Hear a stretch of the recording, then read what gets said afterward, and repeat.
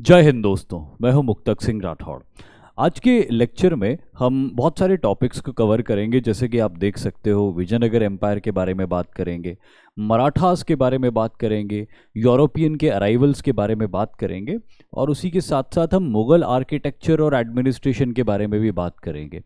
और साथ ही साथ विजयनगर एम्पायर के बारे में बात करते वक्त हम लोग जो टेम्पल आर्किटेक्चर था, खास तौर से नागर स्टाइल और द्रविड़ स्टाइल, इनके बीच में क्या प्रोमिनेंट डिफरेंसेस होते हैं उसके बारे में भी बात करेंगे। तो बहुत सारे टॉपिक्स को आज इस लेक्चर में हम कवर करने वाले हैं। एक एक करके आगे बढ़ते हैं। सबसे पहले बात करेंगे विजयनगर एम्पायर की। विजयनगर एम्पायर के बारे में जो लिखा हुआ है इसको मैं एक बार रीड कर देता हूं और उसके बाद मैं इसको एक्सप्लेन कर दूंगा। In the year 1336, Vijayanagar kingdom was established by Harihar and Bukka Raya, who were two brothers and served in the army of Muhammad bin Tughlaq. They broke away from Delhi Sultanate and established an independent state in Karnataka and established the capital city Vijayanagar on the bank of river Tungabhadra in 1336 AD. Harihar and Bukka were helped and inspired by contemporary scholar and a saint Vidya Aranya for the establishment of their kingdom. इसकी कहानी ऐसी है कि जब दिल्ली सल्तनत ने डेक्कन के इलाकों में आके एक्सपेंशन कर दिया था, अपने एम्पायर को फैला दिया था, तो वारंगल के किंगडम के ऊपर भी उन्होंने कॉन्क्वेस्ट किया था। वारंगल के किंगडम के बहुत सारे वॉरियर्स और मिनिस्टर्स को दिल्ली सल्तनत ने अपने एडमिनिस्ट्रेशन में शामिल किया था। उनमें से बहुत सारे बड़ी बड़ी मिनिस्टरियल पोजीशंस पे भी पहुंचे। जैसे फिरोज शाह तुगलक के वक्त हमने नाम सुना था खाने जहान मकबूल का, जो फिरोज शाह तुगलक का प्राइम मिनिस्टर था, और फतूहत फिरोज शाही में फिरोज शाह तुगलक ने उसके बारे में काफ़ी प्रेज वर्दी बातें कही हुई है।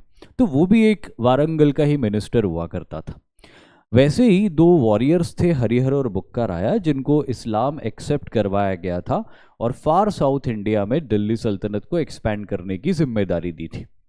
उसी प्रोसेस में उन दोनों की मुलाकात संत विद्या अरण्य से होती, जो उन दोनों को मोटिवेट करते हैं हिंदू फोल्ड में वापस आने के लिए और अपने खुद के लिए एक एम्पायर फैलाने के लिए। और यहीं से शुरुआत होती है विजयनगर साम्राज्य की। हरिहर और बुक्का राया एक यज्ञ के साथ ही हिंदू फोल्ड में वापस आते हैं और उसके बाद में दिल्ली सल्तनत के लिए नहीं, अपने लिए एक किंगडम का एस्टैब्लिशमेंट करना शुरू करते हैं। जिस जगह से वो विजय यात्रा शुरू होती है उस जगह को नाम दिया जाता है विजयनगर, और इसी के साथ 1336 एडी में विजयनगर एम्पायर का एस्टैब्लिशमेंट होता है। विजयनगर एम्पायर के अंदर 4 बड़ी डायनेस्टीज आती है जो अलग अलग वक्त पे रूल करती है। सबसे पहली और इम्पॉर्टेंट डायनेस्टी संगम डायनेस्टी थी, जो 1336 से लेके 1485 तक 1486 तक रूल करती है। सुलुवा डायनेस्टी 1486 से लेके 1506 तक रूल करती है। तुलुवा डायनेस्टी 1506 से लेके 1565 तक रूल करती है, और यही तुलुवा डायनेस्टी थी जिसके अंदर विजयनगर एम्पायर के ग्रेटेस्ट रूलर कृष्ण देव राया रूल करते हैं। और फिर आती है आखिरी अरविदु डायनेस्टी, जो थी तो पावरफुल, लेकिन अनफॉर्चुनेटली अरविदु डायनेस्टी का डिक्लाइन हो जाता है तालीकोटा की लड़ाई के अंदर। कैसे चीज़ें होती है एक एक करके हम देखना शुरू करते हैं। सबसे पहले बात करेंगे संगम डायनेस्टी की। हरिहर राया was the first ruler. Harihar राया इसके फाउंडर माने जाते। हरिहर और बुक्का में ये बड़े भाई थे, तो इन्होंने इस डायनेस्टी का फाउंडेशन किया। और इनके दौर में विजयनगर एम्पायर के नॉर्थ में एक इंडिपेंडेंट सल्तनत बनी थी जिसका नाम बहमनी सल्तनत था। उनके साथ इनके लगातार कॉन्फ्लिक्ट्स रहे थे। Bukka Raya ascended the throne after Harihara. जब हरिहर राया का रूल ख़त्म हो गया 1356 में, तो उनकी जगह पर आते हैं उसका छोटा भाई जिनका नाम बुक्का राया था। बुक्का राया के दौर में एक इम्पॉर्टेंट इवेंट होता है जो कि तीसरी लाइन में लिखा हुआ है, बुक्का son Kampa Raya annexed Madurai. The episode is written by Ganga Devi wife of Kampa Raya as Madhura Vijayam in Sanskrit. ये जो पूरा चैप्टर था, इस पूरे चैप्टर का जो कोर है वो ये है कि मदुराई का इलाके में एक सल्तनत हुआ करती थी। तो ये जो मदुराई के इलाके में सल्तनत हुआ करती थी, इस सल्तनत के अगेंस्ट लड़ाइयाँ करके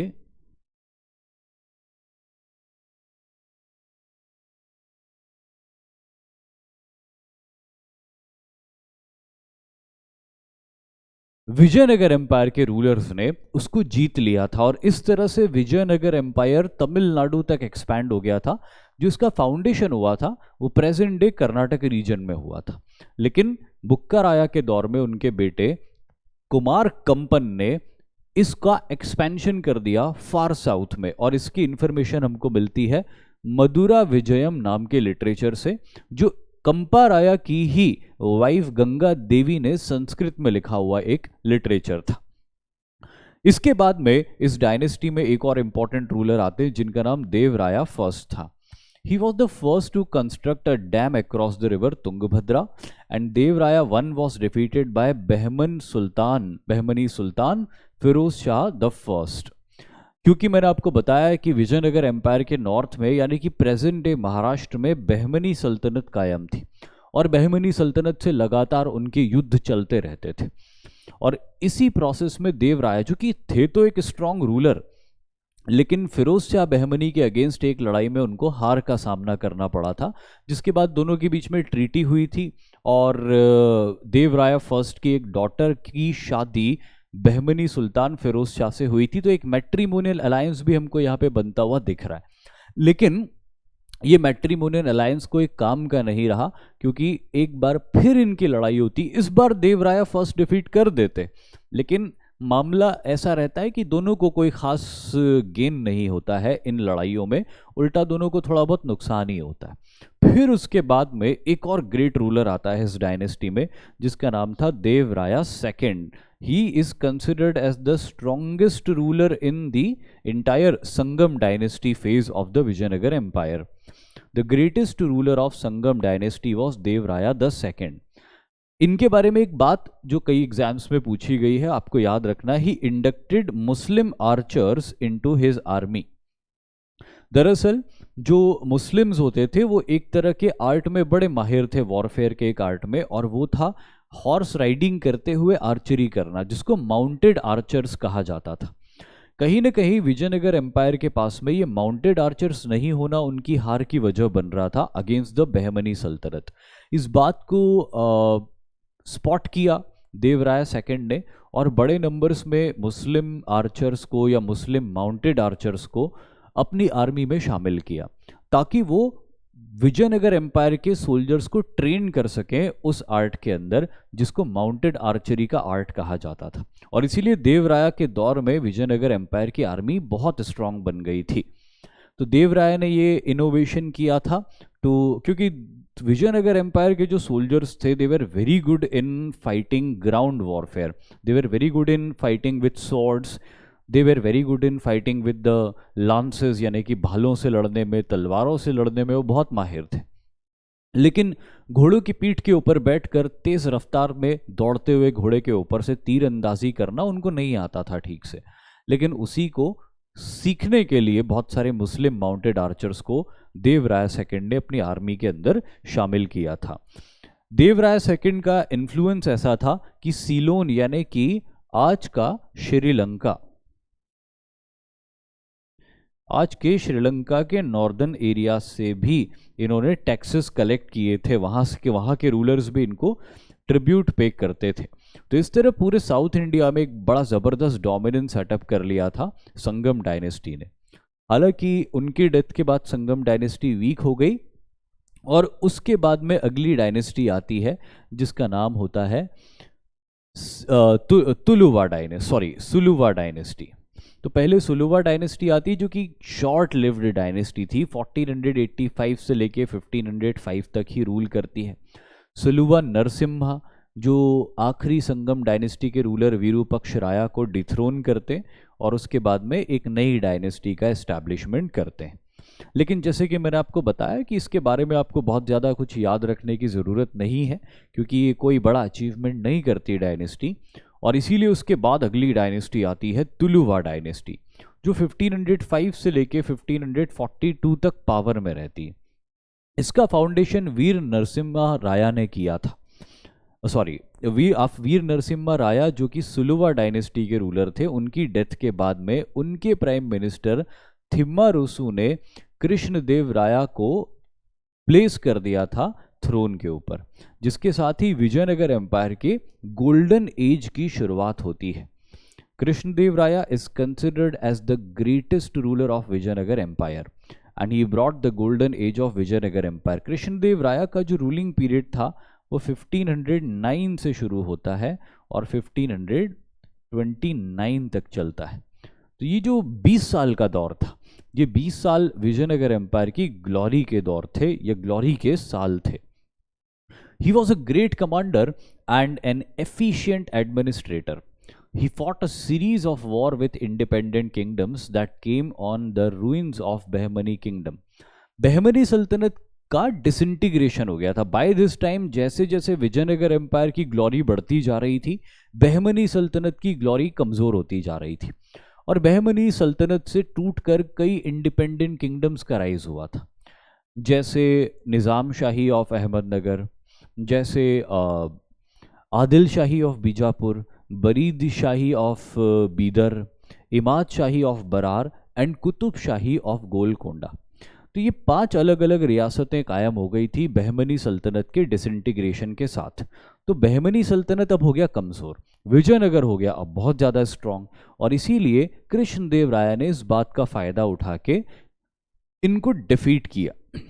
ख़ास तौर से जो उनका नेबरिंग किंगडम था, जो आदिल शाही सल्तनत थी, उसको इन्होंने इफेक्टिवली डिफीट करके वहाँ पे अपने मर्जी से कठपुतली शासक बिठाने शुरू किए। He completely shattered the Adil Shahi forces of Bijapur first and attacked Gulbarga and set free Bahmani princes who was imprisoned there. He helped them in recovering the throne of Gulbarga and Krishnadev Raya himself took the title Yavan Raj Sthapanacharya. This is important.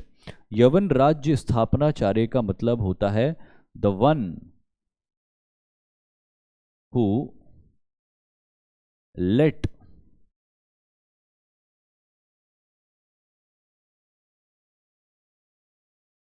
foreigners rule at his will. अपनी मर्जी से विदेशियों को सिंहासन पे बिठाने वाला। यवन का मतलब होता है फॉरेनर, यवन राज स्थापनाचार्य का मतलब होता है अपनी मर्जी से विदेशियों को तख्त पर बिठाने वाला। तो ये टाइटल इन्होंने अज्यूम किया यवन राज स्थापनाचार्य। और उसके बाद में फिर हम आगे देखते हैं कि he started eastern campaign also, यानी कि आज का जो उड़ीसा का इलाका है, उस उड़ीसा के इलाके में गजपति सूर्यवंशी प्रताप रुद्र नाम के रूलर रूल किया करते थे।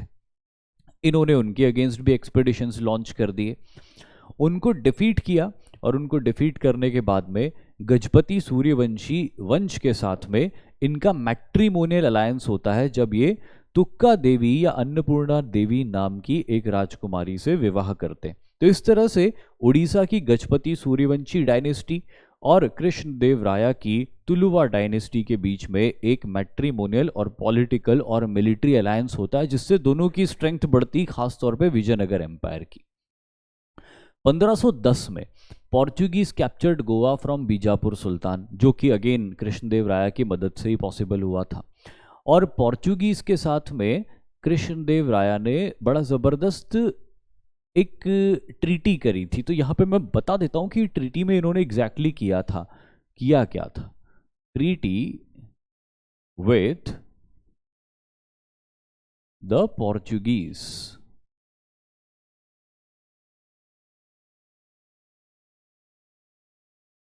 पहला पॉइंट था ट्रीटी का, पोर्चुगीज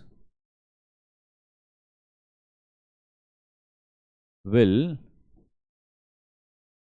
गिव हॉर्सेस, पुर्तगाली अच्छी नस्ल के घोड़े कृष्णदेव राया को देंगे। और दूसरा,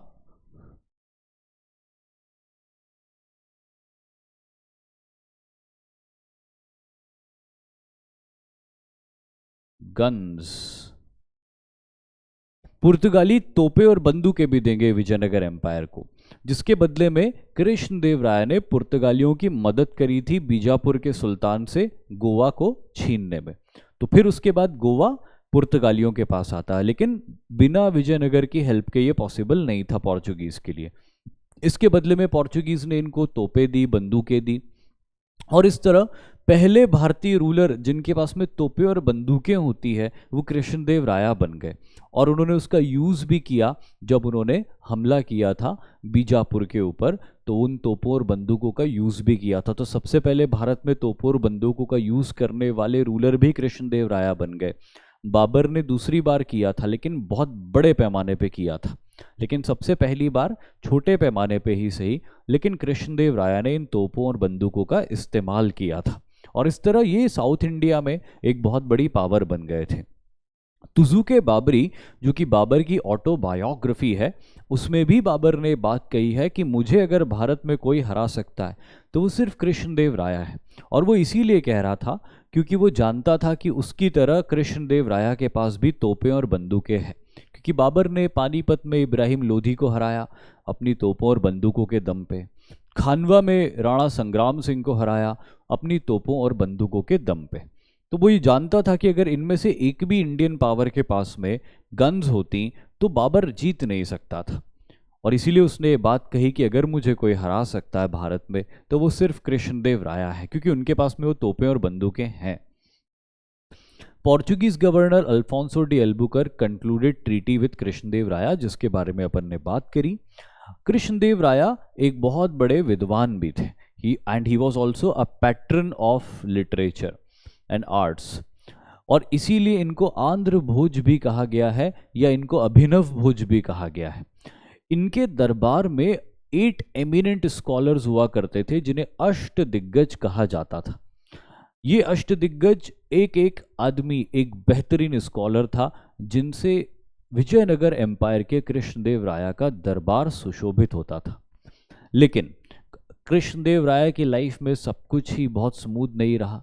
कृष्णदेव राया के लाइफ टाइम में उनके बेटे की डेथ हो जाती है, जिसके बाद में कृष्णदेव राया के पास कोई एबल सक्सेसर नहीं था, और यही वजह थी कि कृष्णदेव राया के बाद में उनकी इस डायनेस्टी का बड़ी तेजी से डिक्लाइन होता है, और फिर राइज होता है इनके इन लॉज, यानी कि इनके जो दामाद थे वो जिस खानदान से आते थे उस खानदान का राइज होता है एक नई डायनेस्टी के तौर पे, जिसे अरविदु डायनेस्टी कहा जाता था। लेकिन अरविदु डायनेस्टी के दौर में ही विजयनगर एम्पायर के डिक्लाइन की भी शुरुआत होती है। During the reign of Rama Raya, जो कि अरविदु डायनेस्टी के थे, the Bahmani confederacy combined forces of Bijapur, Ahmednagar, Golconda, Bidar defeated Rama Raya in the battle of Talikota, या तालीकोटा भी कहा जाता है, 1565 में। क्योंकि विजयनगर की बढ़ती ताकत से ये नॉर्थ की या फिर डेक्कन की जो सल्तनतें थी ये बड़ी परेशान थी, और इसीलिए इन्होंने विजयनगर की पावर से डील करने के लिए अलायंस कर लिया, जिससे उनकी मिलिट्री स्ट्रेंथ अच्छी हुई, और फिर इन्होंने एक वॉर वेज कर दिया विजयनगर एम्पायर के अगेंस्ट 1565 में, जिसको तालीकोटा की लड़ाई कहा जाता है। इस तालीकोटा की लड़ाई में अभी भी पलड़ा भारी विजयनगर का ही था, लेकिन विजयनगर के कुछ मुस्लिम कमांडर्स ने लास्ट मोमेंट पे अपने दल को बदल लिया, और साथ ही साथ जो डेक्कन की सल्तनतें थी उन्होंने बहुत ही ब्रिलियंट स्ट्रैटेजी और टैक्टिक्स का यूज़ किया, जिससे कि तालीकोटा की लड़ाई विजयनगर फेवरेट होने के बावजूद हार गया, और उसके बाद विक्टोरियस आर्मी ने विजयनगर के ऊपर आक्रमण करके उस पूरी कैपिटल सिटी को डिस्ट्रॉय कर दिया, लूट लिया। वैसे अरविदु डायनेस्टी के सक्सेसर्स किसी तरह से कुछ वेल्थ लेकर फार साउथ में चले गए थे, एंड फॉर द नेम सेक ये अरविदु डायनेस्टी कुछ और समय तक चलती रही, लगभग 100 और साल तक चलती रही अपनी एक नई राजधानी पेनुकोंडा में। लेकिन वो बात नहीं रह गई थी विजयनगर एम्पायर की ग्लोरियस बात, जिसके लिए विजयनगर एम्पायर जाना जाता है। तो कहने को अरविदु डायनेस्टी ने विजयनगर एम्पायर को 100 साल और चलाया, लेकिन अब वो एम्पायर नहीं रह गया था, और 1565 की इस लड़ाई ने विजयनगर एम्पायर के डिक्लाइन को मार्क कर दिया था। इसी के साथ विजयनगर एम्पायर की पॉलिटिकल हिस्ट्री तो पूरी होती है, लेकिन विजयनगर एम्पायर के दौर में जो भी जानकारी हमको मिली उसके सोर्सेज क्या हैं हमारे पास में, कैसे हमको पता चलता है। तो यहाँ पे लिटरेरी सोर्सेज हैं हमारे पास में, कुछ इंडियन लिटरेरी सोर्सेज, साथ ही साथ कुछ फॉरेनर्स आए थे उस समय, जिन्होंने अलग अलग दौर में विजयनगर एम्पायर को विटनेस करके उसके बारे में अकाउंट्स लिखे थे। एंड इंस्क्रिप्शंस, कुछ इंस्क्रिप्शंस भी हैं जिससे हमको विजयनगर एम्पायर के बारे में इंफॉर्मेशन मिलती है।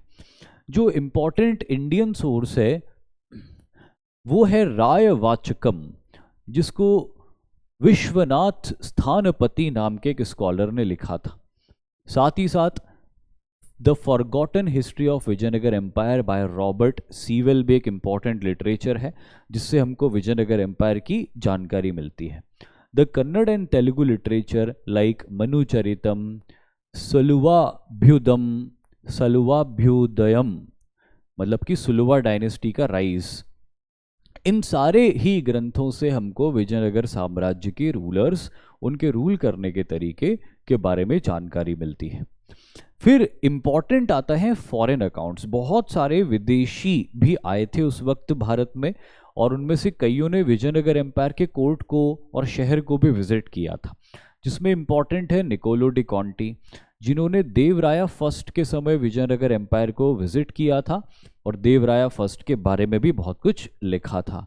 अब्दुल रज़ाक, अब्दुल रज़ाक एक पर्शियन स्कॉलर थे जो वहाँ से ट्रैवल करते हुए विजयनगर एम्पायर के दौर में आए थे, और देवराया सेकंड के दौर में इन्होंने विजयनगर एम्पायर को विटनेस किया था।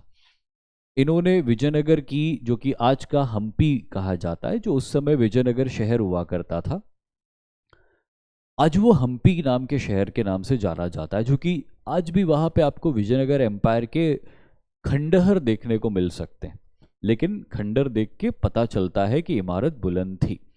तो अब्दुल रज़ाक ने उस ब्यूटीफुल कैपिटल सिटी का बड़ा ज़बरदस्त डिस्क्रिप्शन किया है, और ये तक कहा है अब्दुल रज़ाक ने कि इससे सुंदर शहर मैंने पूरी दुनिया में कहीं नहीं देखा। पोर्चुगीज़ ट्रैवलर डोमिंगो पायस, जो कि एक क्रिश्चियन मिशनरी भी थे, ये भी यहाँ पे आए थे, इनके साथ बारबोसा भी आए थे, जो दोनों ही कृष्णदेव राया के दौर में आए थे। इन्हीं के दौर में ट्रीटीज भी हुई थी विजयनगर एम्पायर और पोर्चुगीज के बीच में, और फर्नाओ न्यूनेस जो अच्युत देव राया के दौर में, यानी कि 1530 से लेके 1542 के दौर में आते हैं, और इस दौर में आके विजयनगर एम्पायर के बारे में लिखते हैं। तो संगम डायनेस्टी से लेके अरविदु डायनेस्टी तक बहुत सारे विदेशी यात्री विजयनगर एम्पायर में आते हैं, और यहाँ पे आके विजयनगर के बारे में काफ़ी कुछ अकाउंट्स लिखते हैं, जो कि अगेन एक बहुत मेजर सोर्स है विजयनगर की हिस्ट्री की जानकारी का। कुछ इंस्क्रिप्शंस भी होती है, जैसे Bitragunta inscription is the major source of construction of family history of Sangama dynasty, जो उनका पूरा लीनियज है कि कौन से रूलर के बाद कौन आता है, ये बित्रगुंटा नाम की इंस्क्रिप्शन से हमको पता चलता है, जो कि कर्नाटक में सिचुएटेड है। And Srirangam copper plate of Devaraya second provide genealogy and achievement of the Vijayanagara rulers. तो ये वो इंस्क्रिप्शंस और फॉरेन अकाउंट्स हैं जिससे हमको विजयनगर एम्पायर के बारे में सफिशिएंट इंफॉर्मेशन मिलती है। और फिर बात आती है टेम्पल आर्किटेक्चर की, क्योंकि इंडिया में राजपूत पीरियड से लेके विजयनगर पीरियड के बीच में बहुत सारे अलग अलग तरह के मंदिरों का निर्माण हुआ। ये तीन तरह के जो आर्किटेक्चरल डेवलपमेंट्स भारत में हुए थे, ये तीन अलग अलग शैलियाँ, अलग अलग स्टाइल्स ऑफ टेम्पल आर्किटेक्चर मानी जाती है, जिसमें पहली इंपॉर्टेंट स्टाइल जो नॉर्दर्न इंडिया में डेवलप हुई थी, नागर स्टाइल ऑफ नॉर्थ। तीसरी स्टाइल जो यहाँ पे दिखाई दे रही है आपको, ये द्रविड़ शैली है या द्रविडियन स्टाइल है, जो फार साउथ में डेवलप हुई।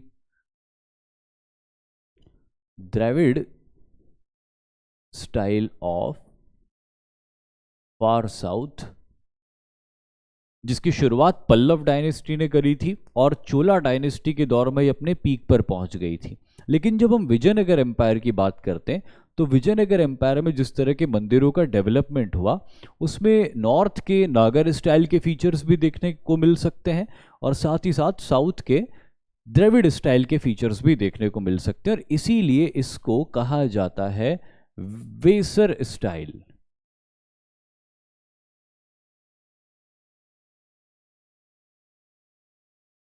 ऑफ डेक्कन। डेक्कन की वेसर स्टाइल, इसको विश्र भी कहा जाता है, इसको विश्र भी कहा जाता है। तो ये विश्र शैली, वेसर स्टाइल, द्रविड़ स्टाइल और नॉर्थ की नागर स्टाइल, ये जो टेम्पल आपको दिखाई दे रहा है, ये टेम्पल आपको खजुराहो का टेम्पल है, जो नागर स्टाइल के एपिटोम को दिखाता है। ये वाला टेम्पल जो आपको दिखाई दे रहा है, ये बृहदेश्वर टेम्पल है, जो चोल डायनेस्टी के दौर में निर्माण हुआ था। ये टेम्पल उत्तर भारत में चंदेल डायनेस्टी, जो राजपूत पीरियड की या लेटर राजपूत पीरियड की एक डायनेस्टी थी, उनके दौर में बनाया हुआ एक टेम्पल होता है। और इन दोनों के बीच में जो आपको टेम्पल दिखाई दे रहा है, ये वेसर स्टाइल यानी कि दोनों ही स्टाइल के मिक्स्ड फीचर्स वाला टेम्पल है, जो विजयनगर साम्राज्य के दौर में अपने पीक पर पहुंचा था। क्या क्या मेजर डिफरेंसेस होते हैं इनके बीच में? सबसे पहले नागर और द्रविड़ शैली के डिफरेंसेस को हम समझेंगे, क्योंकि वेसर स्टाइल दोनों का मिक्सचर है। तो नागर स्टाइल और द्रविड़ स्टाइल के बीच में क्या मेजर डिफरेंस है? सबसे पहले लोकेशंस की बात करें तो नागर स्टाइल के टेम्पल ज़्यादातर उत्तर भारत में लोकेटेड है, वहीं द्रविड़ स्टाइल के टेम्पल ज़्यादातर दक्षिण भारत के अंदर सिचुएटेड है। फिर हम टेम्पल स्पायर की बात करें तो नागर स्टाइल के टेम्पल्स में हम एक नहीं बल्कि कई शिखरों को देखते हैं। एक तो मेन शिखर होता है और उसी मेन शिखर के कई सब्सिडियरी शिखर होते हैं। ये जो है, दिस इज द मेन शिखर और these are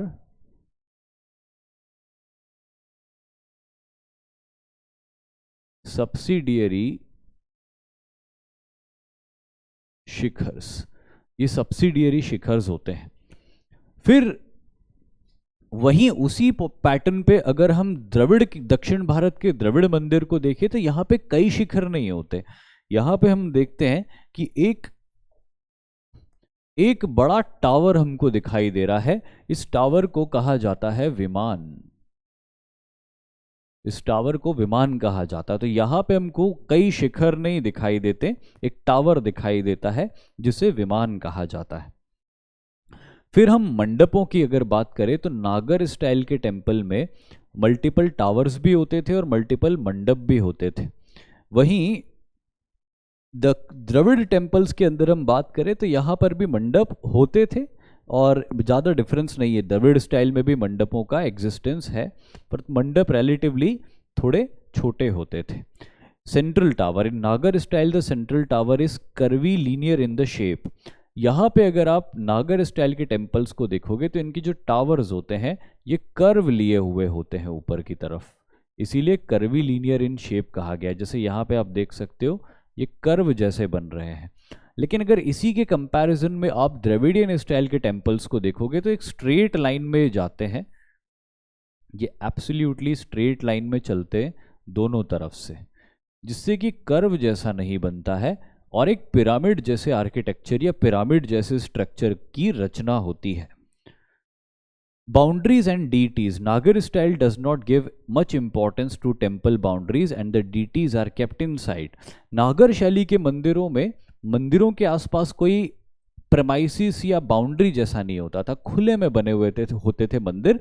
लेकिन जो ज़्यादातर डीटीज़ जो जिसको हम श्राइन्स बोलते हैं, वो श्राइन्स मंदिरों के अंदर में ही होती थी। वहीं द्रविड़ शैली के मंदिरों की अगर हम बात करें तो इसमें प्रेमाइसिस होता था एक, और बाउंड्री वॉल होती थी। कई तरह के कई जगह से एंट्रेंस गेट्स होते थे और मंदिर इस प्रेमाइसिस के अंदर होता था। लेकिन जो डीटीज होती थी वो कई बार खुले में भी बनी हुई होती थी। तो ये मेजर डिफरेंसेस हैं नागर स्टाइल और द्रविड़ स्टाइल के बीच में। और फिर बात होती है इन दोनों के मिक्सचर यानी कि वेसर स्टाइल की। वेसर इज कॉम्बिनेशन ऑफ नागर and Dravidian style of temple architecture. The term Vesar is believed to have been derived from Sanskrit word Vishra, meaning area to take long walk. क्योंकि एक बड़े बड़े प्रमाइसिस में बने हुए टेम्पल होते थे जहाँ पे भ्रमण भी किया जा सकता था, इसीलिए इसको कई विद्वानों ने विश्र शैली या वेसर शैली कहा है। Many historians agree that Vesar style originated in today's Karnataka. आज के कर्नाटक में जब चालुक्य डायनेस्टी रूल किया करती थी तभी इस तरह के मंदिरों के निर्माण की शुरुआत हुई थी, जैसे कि आगे लिखा भी हुआ है। और इसके अंदर आप दोनों तरह के फीचर्स देख सकते हो। जैसे ये जो मंदिर आपको दिखाई दे रहा है, इस मंदिर के टॉप पे अगर आप देखोगे तो आपको यहाँ पे एक शिखर जैसा तो दिखाई दे रहा है, लेकिन ये कर्वी लीनियर नहीं है, इसमें कर्व नहीं आ रहा है। तो ये एक विमान, द्रविड़ शैली के विमान की तरह स्ट्रेट लाइंस बनी हुई है। लेकिन वहीं द्रविड़ शैली के विमान बहुत ऊंचे होते थे और नागर शैली के शिखर रिलेटिवली छोटे होते थे। तो यहाँ पे नागर शैली से उन्होंने लिया है छोटा टॉप, लेकिन द्रविड़ शैली से लिया है स्ट्रेट लाइंस, यानी कि पिरामिडल स्ट्रक्चर। दूसरी चीज जो यहाँ पे नागर और द्रविड़ शैली के मंदिरों से ली गई है वो है art work on the walls and the pillars. Pillars के ऊपर किया हुआ जबरदस्त आर्ट वर्क जो द्रविड़ और नागर दोनों ही शैलियों में देखने को मिलता है। तो इस तरह से वेसर स्टाइल के टेम्पल्स, आपको ये याद रखना है कि ये कॉम्बिनेशन है या मिक्सचर है नागर और द्रविड़ स्टाइल्स का। Original styles of temple building north India में नागर है, साउथ इंडिया में द्रविड़ है, और उन दोनों का मिक्सचर नॉर्थ और साउथ के बीच में डेक्कन रीजन, कर्नाटक से लेके महाराष्ट्र के बीच के इलाकों में विश्र शैली या वेसर स्टाइल को कहा जाता है। अब अपन मुगल कल्चर की भी बात करते हैं, क्योंकि उसी दौर में मुगल एम्पायर भी काफ़ी स्ट्रॉन्ग एम्पायर था। और मुगल एम्पायर की कल्चर के बारे में बात करने से पहले, क्योंकि हमने मुगल एम्पायर की पॉलिटिकल हिस्ट्री के बारे में तो बात करी थी, लेकिन कल्चरली मुगल्स के बारे में क्या क्या इंपॉर्टेंट इन्फॉर्मेशन है उसके बारे में बात नहीं करी थी। सबसे पहली चीज़ ये कि मुगल्स के बारे में जो भी बातें हमने करी थी उसके सोर्सेस क्या थे, उसका स्रोत क्या था। पहला है इसमें बाबर नामा। द राइटर ऑफ बाबर नामा वॉज जहीर। देखिए, बाबर नामा या इसको तुजुक ए बाबरी भी कहा जाता है। तुजुक ए बाबरी, जो कि बाबर की ऑटोबायोग्राफी को कहा जाता था। इसको ओरिजिनली बाबर ने लिखा था, ऑटोबायोग्राफी तो खुद ही लिखी जाती है, लेकिन बाद में इसको ट्रांसलेट किया गया था पर्शियन लैंग्वेज में by Sheikh Zainuddin Khwaja on the orders of Akbar Abdul Rahim और अकबर के आदेश पर भी इसको ट्रांसलेट किया गया था अब्दुल रहीम खान ए खाना के द्वारा in the Persian language. Baburnama was translated by A.S. Beveridge in English language under the name of Memoirs of Babur. Mirza Nasiruddin Haider translated it in the Urdu language. तो ये बाबरनामा, तुजुक बाबरी या फिर मेमोयर्स ऑफ द बाबर, ये सारी की सारी जो literatures हैं ये वही तुजुक बाबरी के ट्रांसलेशंस हैं जो कि अलग अलग स्कॉलर्स ने अलग अलग लैंग्वेज के अंदर किए हैं। और कोई सा भी उठा के क्वेश्चन ही लोग पूछ सकते हैं कि मेमोयर्स ऑफ बाबर किससे डिराइव थे, किसने उसको लिखा, उर्दू में उसको किसने ट्रांसलेट किया था सबसे पहले, या फिर पर्शियंस में कौन कौन से स्कॉलर्स ने उसको ट्रांसलेट किया था। जैसे शेख जैनुद्दीन ख्वाजा ने भी किया था और अब्दुल रहीम खान खाना ने अकबर के ऑर्डर्स पे किया था। तो पर्शियंस में भी इसके दो वर्जन्स अवेलेबल हैं। तुजुक बाबरी टर्किश लैंग्वेज में बाबर ने खुद लिखा था, इसी के साथ में इंग्लिश में भी इसका एक वर्जन अवेलेबल है और उर्दू में भी इसका एक वर्जन अवेलेबल है। तो ये एक इम्पॉर्टेंट सोर्स है जो मुग़ल एम्पायर के शुरुआती दौर की फाउंडेशन के फेज़ की काफ़ी इम्पॉर्टेंट इन्फॉर्मेशन प्रोवाइड करता है। कानून हुमायूनी, जो कि नाम से ही समझ में आ रहा है कि हुमायूं के दौर का लिखा हुआ एक लिटरेचर है, जिसको खोनमीर नाम के एक स्कॉलर ने लिखा था और 1533 से शुरू की गई इस किताब को 1534 तक लिखा गया था, जिससे कि साफ जाहिर है कि पूरी हुमायूं की लाइफ इसमें नहीं एक्सप्लेन की गई होगी। हुमायूं नामा एक ऐसा लिटरेचर है जिसमें हुमायूं की काफ़ी ज़्यादा इन्फॉर्मेशन हमको मिलती है, जो हुमायूं की बहन गुलबदन बानो बेगम ने लिखा था। 1523 में लिखना शुरू किया गया है लिटरेचर। हुमायूं के अर्ली लाइफ के बारे में, उससे पहले बाबर की लाइफ के बारे में भी काफ़ी इम्पॉर्टेंट इन्फॉर्मेशन प्रोवाइड करता है। तो हुमायूं और बाबर के दौर के कुछ लिटरेचर्स थे जो उस फेज़ के बारे में इन्फॉर्मेशन देते हैं। तोहफ़ा ए अकबर शाही अब्बास खान शेरवानी ने लिखा था और नाम से ही समझ में आ रहा है कि अकबर के दौर में लिखा गया ये एक लिटरेचर था जिसका सब्जेक्ट मैटर एम्परर अकबर था। तारीख है शाही वॉज रिटन बाय अहमद यादगार। This book begins with the rule of Bahlol Lodhi and ends at the rule of Hemu. ये एक ऐसा लिटरेचर है जो कि मुग़ल एम्पायर के फाउंडेशन, हुमायूं का रूल, हुमायूं का डिथ्रोन होना, फिर हुमायूं को का लौट के दोबारा आना, उस सब के बीच के इतिहास के बारे में बताता है। Tarikh Akbari was written by Arif Kandhari. The book tells about improvement done during the rule of Akbar, यानी कि एम्परर अकबर के दौर में जो पॉलिसीज़ थी, एडमिनिस्ट्रेटिव पॉलिसीज़, उसके बारे में इस लिटरेचर के अंदर हमको पता चलता है। एंड सबसे बड़ा लिटरेचर जो अकबर की सबसे मैक्सिमम इंफॉर्मेशन प्रोवाइड करता है, जिसको ज़्यादातर स्कॉलर सबसे ऑथेंटिक मानते हैं, वो है Akbar Nama. It was written by Abul Fazl. Abul Fazl जो अकबर के 9 रत्नों में से भी एक था, एक बहुत बड़ा पर्शियन का विद्वान था, जिसने अकबर के लिए सुलह कुल की नीति भी बनाई थी। आईन Akbari was the last part of this book. ये अकबरनामा में पूरे अकबर के बचपन से लेकर तो ओल्ड एज तक की स्टोरी बताई गई थी। अकबर की बहुत सारी कॉन्क्वेस्ट के बारे में भी अकबरनामा में लिखा, और इसी अकबरनामा का एक पार्ट है आईन अकबरी, जिसमें कि एम्परर अकबर का एडमिनिस्ट्रेटिव सिस्टम कैसा था उसके बारे में भी बताया गया है। अबुल फजल अकबर को इंसान कामिल कहता है, यानी कि परफेक्ट मैन, इंसान ए कामिल, the perfect man, how perfect a ruler could be, ऐसा अबुल फजल अकबर के बारे में अकबरनामा में लिखता है। इसके अलावा मुगल एम्परर जहांगीर के बारे में जहांगीर ने अपनी खुद की एक कथा लिखी थी, आत्मकथा लिखी थी, जिसको तुजुक ए जहांगीरी कहा जाता था। पातशाह नामा भी उसी दौर में लिखा गया एक लिटरेचर था। जो पातशाह नामा लिखने वाले मोहम्मद अमीन कज़विनी, अब्दुल हमीद लाहौरी और मोहम्मद वारिस थे, जो अगेन जहांगीर के दौर के रूल की इंफॉर्मेशन प्रोवाइड करता है। तारीख है Shahjahan. It was written by Sadiq Khan. The book gives detailed information about the rule of Shahjahan and the situations prevailing in the Mughal empire. Alamgir nama नाम से ही समझ में आ रहा है कि औरंगजेब के दौर में लिखा गया था। The book was written by Kazim Shirazi. It provided detailed information about the rule of Aurangzeb.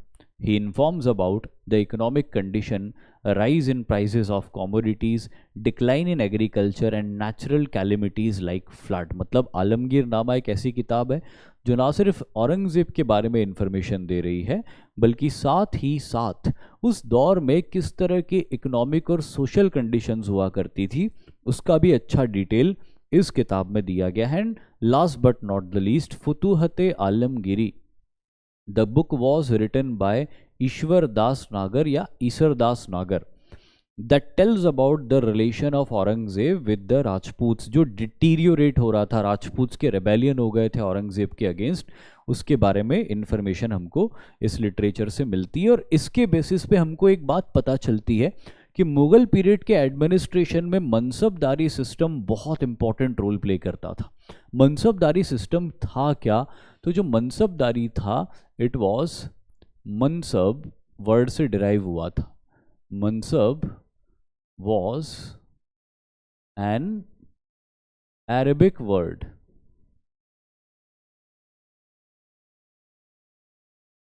Meaning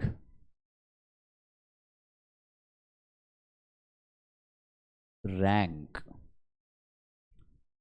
मनसब का मतलब होता था रैंक। तो मनसबदारी सिस्टम यानी कि रैंकिंग सिस्टम होता था। एम्परर सबसे बड़ी अथॉरिटी होता था। एम्परर के अंडर में 2 इंपॉर्टेंट पद आते थे। Mir Bakhshi, Mir Bakhshi was the commander in chief. Mughal army का सेनापति होता था मीर बख्शी। और ये जो सूबेदार होते थे, ये होते थे गवर्नर्स ऑफ मुगल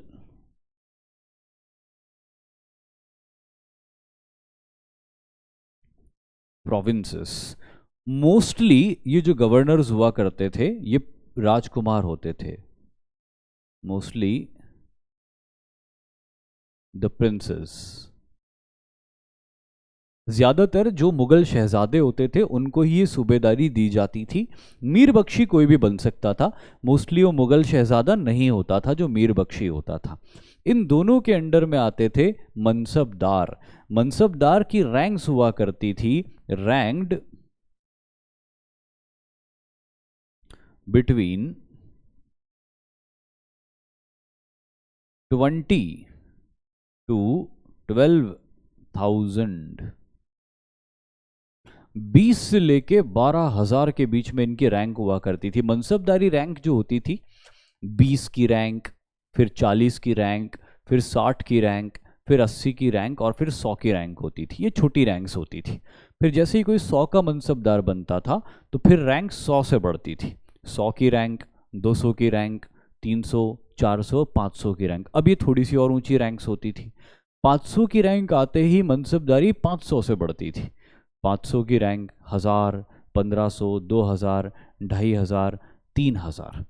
और 3000 के बाद जो रैंक्स आगे बढ़ती है और भी ऊंची रैंक्स हुआ करती थी। और 3000 के बाद जो रैंक्स बढ़ती थी वो 1000 से आगे बढ़ती थी।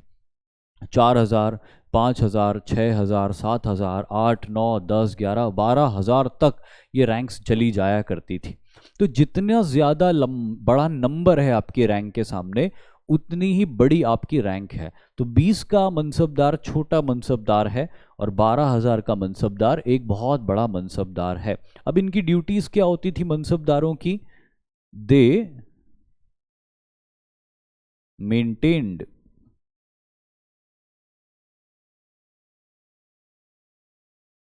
Troops according to their ranks. यानी कि 20 का अगर मनसबदार है तो कम से कम 20 घुड़सवारों की दल उसको अपने पास रखने होंगे अपने खर्चे पे।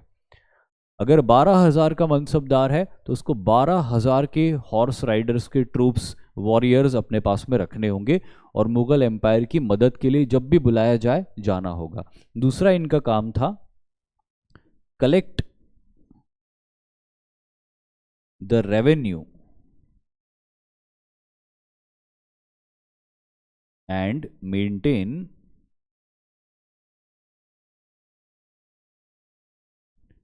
the law and order।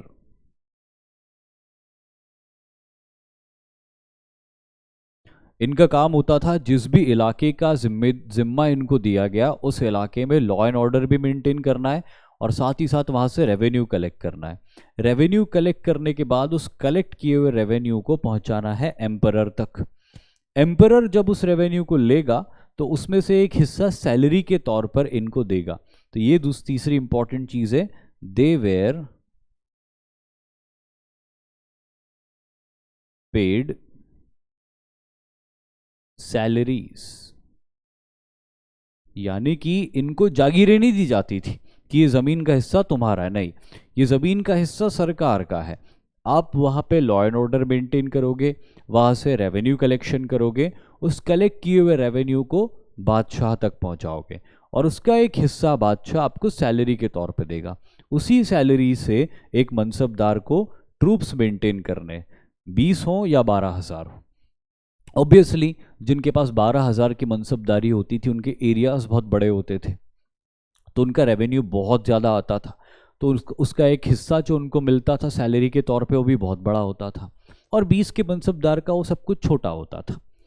तो जो आपको सैलरी मिली उसी सैलरी में आपको अपने ट्रूप्स मेंटेन करने हैं और फिर उसके बाद जो बच जाएगा वो आपकी इनकम होगी। तो इस तरह से मनसबदारी सिस्टम चलता था और ये पूरी तरह से नॉन हेरिडिटरी था और परफॉर्मेंस के ऊपर बेस्ड था। It was non hereditary and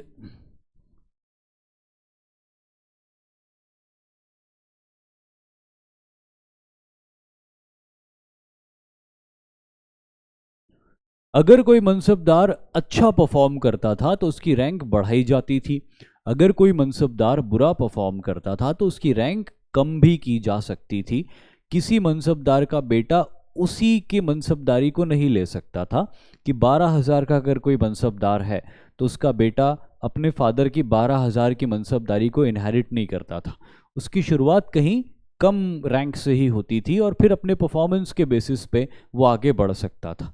तो ये मनसबदारी system was the backbone of the Mughal administration. इसके बाद मुगल पीरियड के आर्किटेक्चर में कुछ इनोवेशंस होते हैं। वो इनोवेशंस क्या होते हैं, कैसे होते हैं, उसके बारे में हम बात करते हैं। सबसे पहला जो यहाँ पे आपको फोटोग्राफ दिखाई दे रहा है, इस फोटोग्राफ में जो इनोवेशन हमको दिखाई दे रहा है, देखो दिल्ली सल्तनत का आर्किटेक्चर और मुगल पीरियड का आर्किटेक्चर काफ़ी कुछ सिमिलर है। वही डोम्स होते थे, आर्चेस होते थे, एरेबिस्क होता था, कैलीग्राफी होती थी, जो सारे कुछ हमने सल्तनत पीरियड में डिस्कस किए थे, वैसा ही आर्किटेक्चरल फीचर्स यहाँ पे भी होते थे। लेकिन जो कुछ खास नई चीज़ें हुई थी मुगल एरा में, उसकी हम बात कर लेते हैं। पहले फोटोग्राफ में हमको दिखाई दे रही हैं स्लेंडर मीनार्स। मुगल एरा के अंदर जिस तरह का एक नया आर्किटेक्चर बनता है, ये जो आर्किटेक्चर होता है, ये इसमें एक खास फीचर हमको दिखाई देता है, और एक खास फीचर होता है पतली मीनारें। यानी कि जो एक मेन बिल्डिंग है, जो मेन स्ट्रक्चर है, उसके कंपैरिजन में मीनारें बहुत होती थी। कैसी होती थी? स्लेंडर।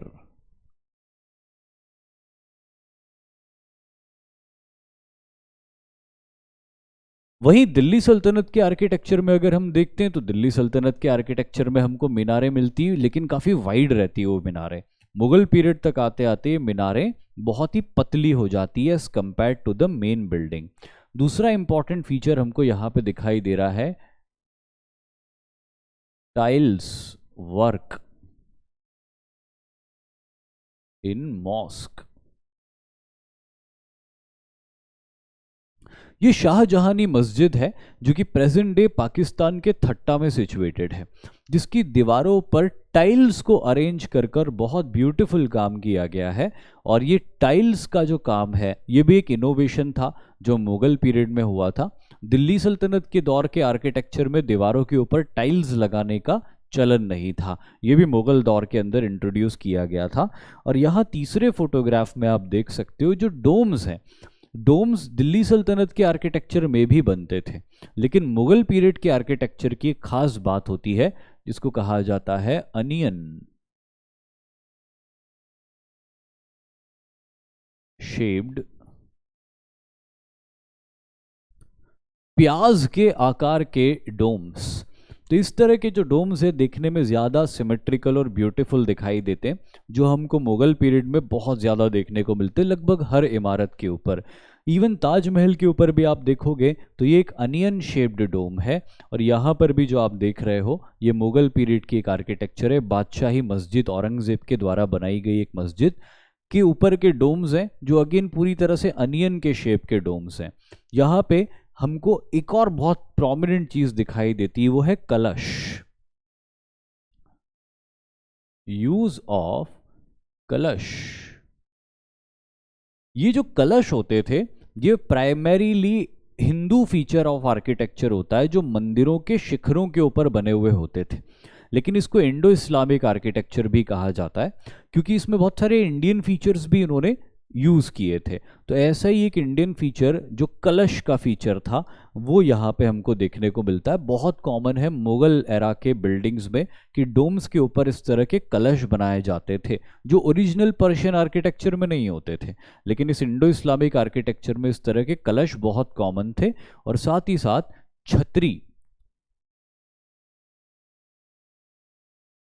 छत्र या छतरी, ये भी एक ऐसा फीचर है जो ज़्यादातर राजपूत आर्किटेक्चर में देखने को मिलता है। लेकिन क्योंकि मुगल्स और राजपूत्स का बहुत क्लोज एसोसिएशन रहा, तो एक दूसरे के आर्किटेक्चर का भी एक दूसरे के ऊपर बहुत प्रभाव पड़ा था। तो राजपूत आर्किटेक्चर की छतरियाँ भी बहुत सारे मुगल मॉन्यूमेंट्स में आपको क्लियरली दिखाई देती है। यहाँ पे भी ताजमहल में आप देख सकते हो इस तरह के छत्र या छतरियाँ बनी हुई है। बादशाही मॉस्क के अंदर भी आपको इस तरह की 2 छतरियाँ दिखाई दे रही है। तो मुगल पीरियड में पर्शियन फीचर्स तो मॉडिफाई हो ही रहे थे, लेकिन जो हिंदू या इंडियन फीचर्स ऑफ आर्किटेक्चर थे उसको भी बहुत ज़्यादा इंक्लूड किया जा रहा था अपने मॉन्यूमेंट्स के अंदर। और नीचे जो आप फोटोग्राफ देख सकते हो इसे कहते हैं परचिनकारी, हिंदी में कहते हैं इसको परचिनकारी।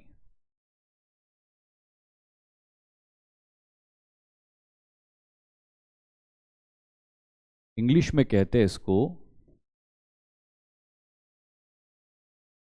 Pietra dura. ये एक ऐसा आर्ट होता था जिसमें पत्थरों को काटा जाता था एक आकार में, उन्हें रंग किया जाता था और दीवार के अंदर उनको फिट कर दिया जाता था।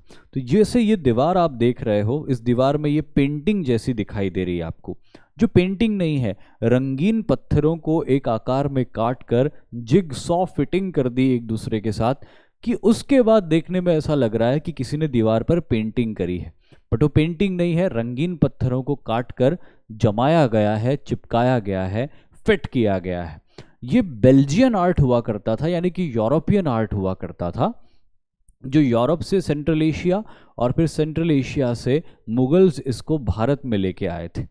और इस तरह से परचिनकारी एक यूनिक आर्ट फॉर्म था जो दिल्ली सल्तनत के अंदर बिल्कुल मौजूद नहीं था, लेकिन बहुत सारे मुगल मॉन्यूमेंट्स में इस परचिनकारी या पेट्रा ड्यूरा को हम देख सकते हैं।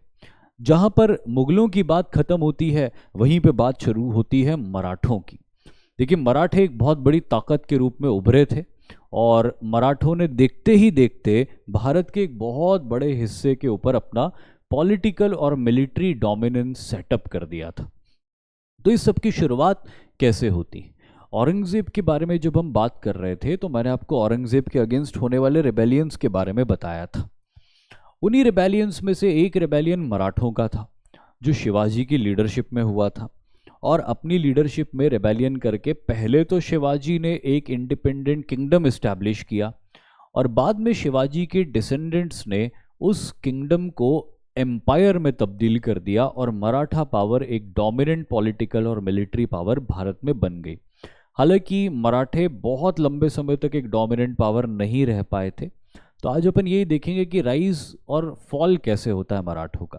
सबसे पहले शिवाजी की बात करते हैं। Shivaji was born to Shahji Bhosale, a Maratha general who held jagirs of Poona and under the Bijapur सल्तनत। इनके पास में दो जागीर थी। जो दूसरा वर्ड यहाँ पे लिखा है इसको मैं काट देता हूं और इसकी जगह जो दूसरी जागीर थी उनकी उसका नाम लिख देता हूं, जो कि आज एक बहुत बड़ा शहर है भारत के अंदर। वो जो दूसरी जागीर इनकी थी that was the Jagir of Bangalore.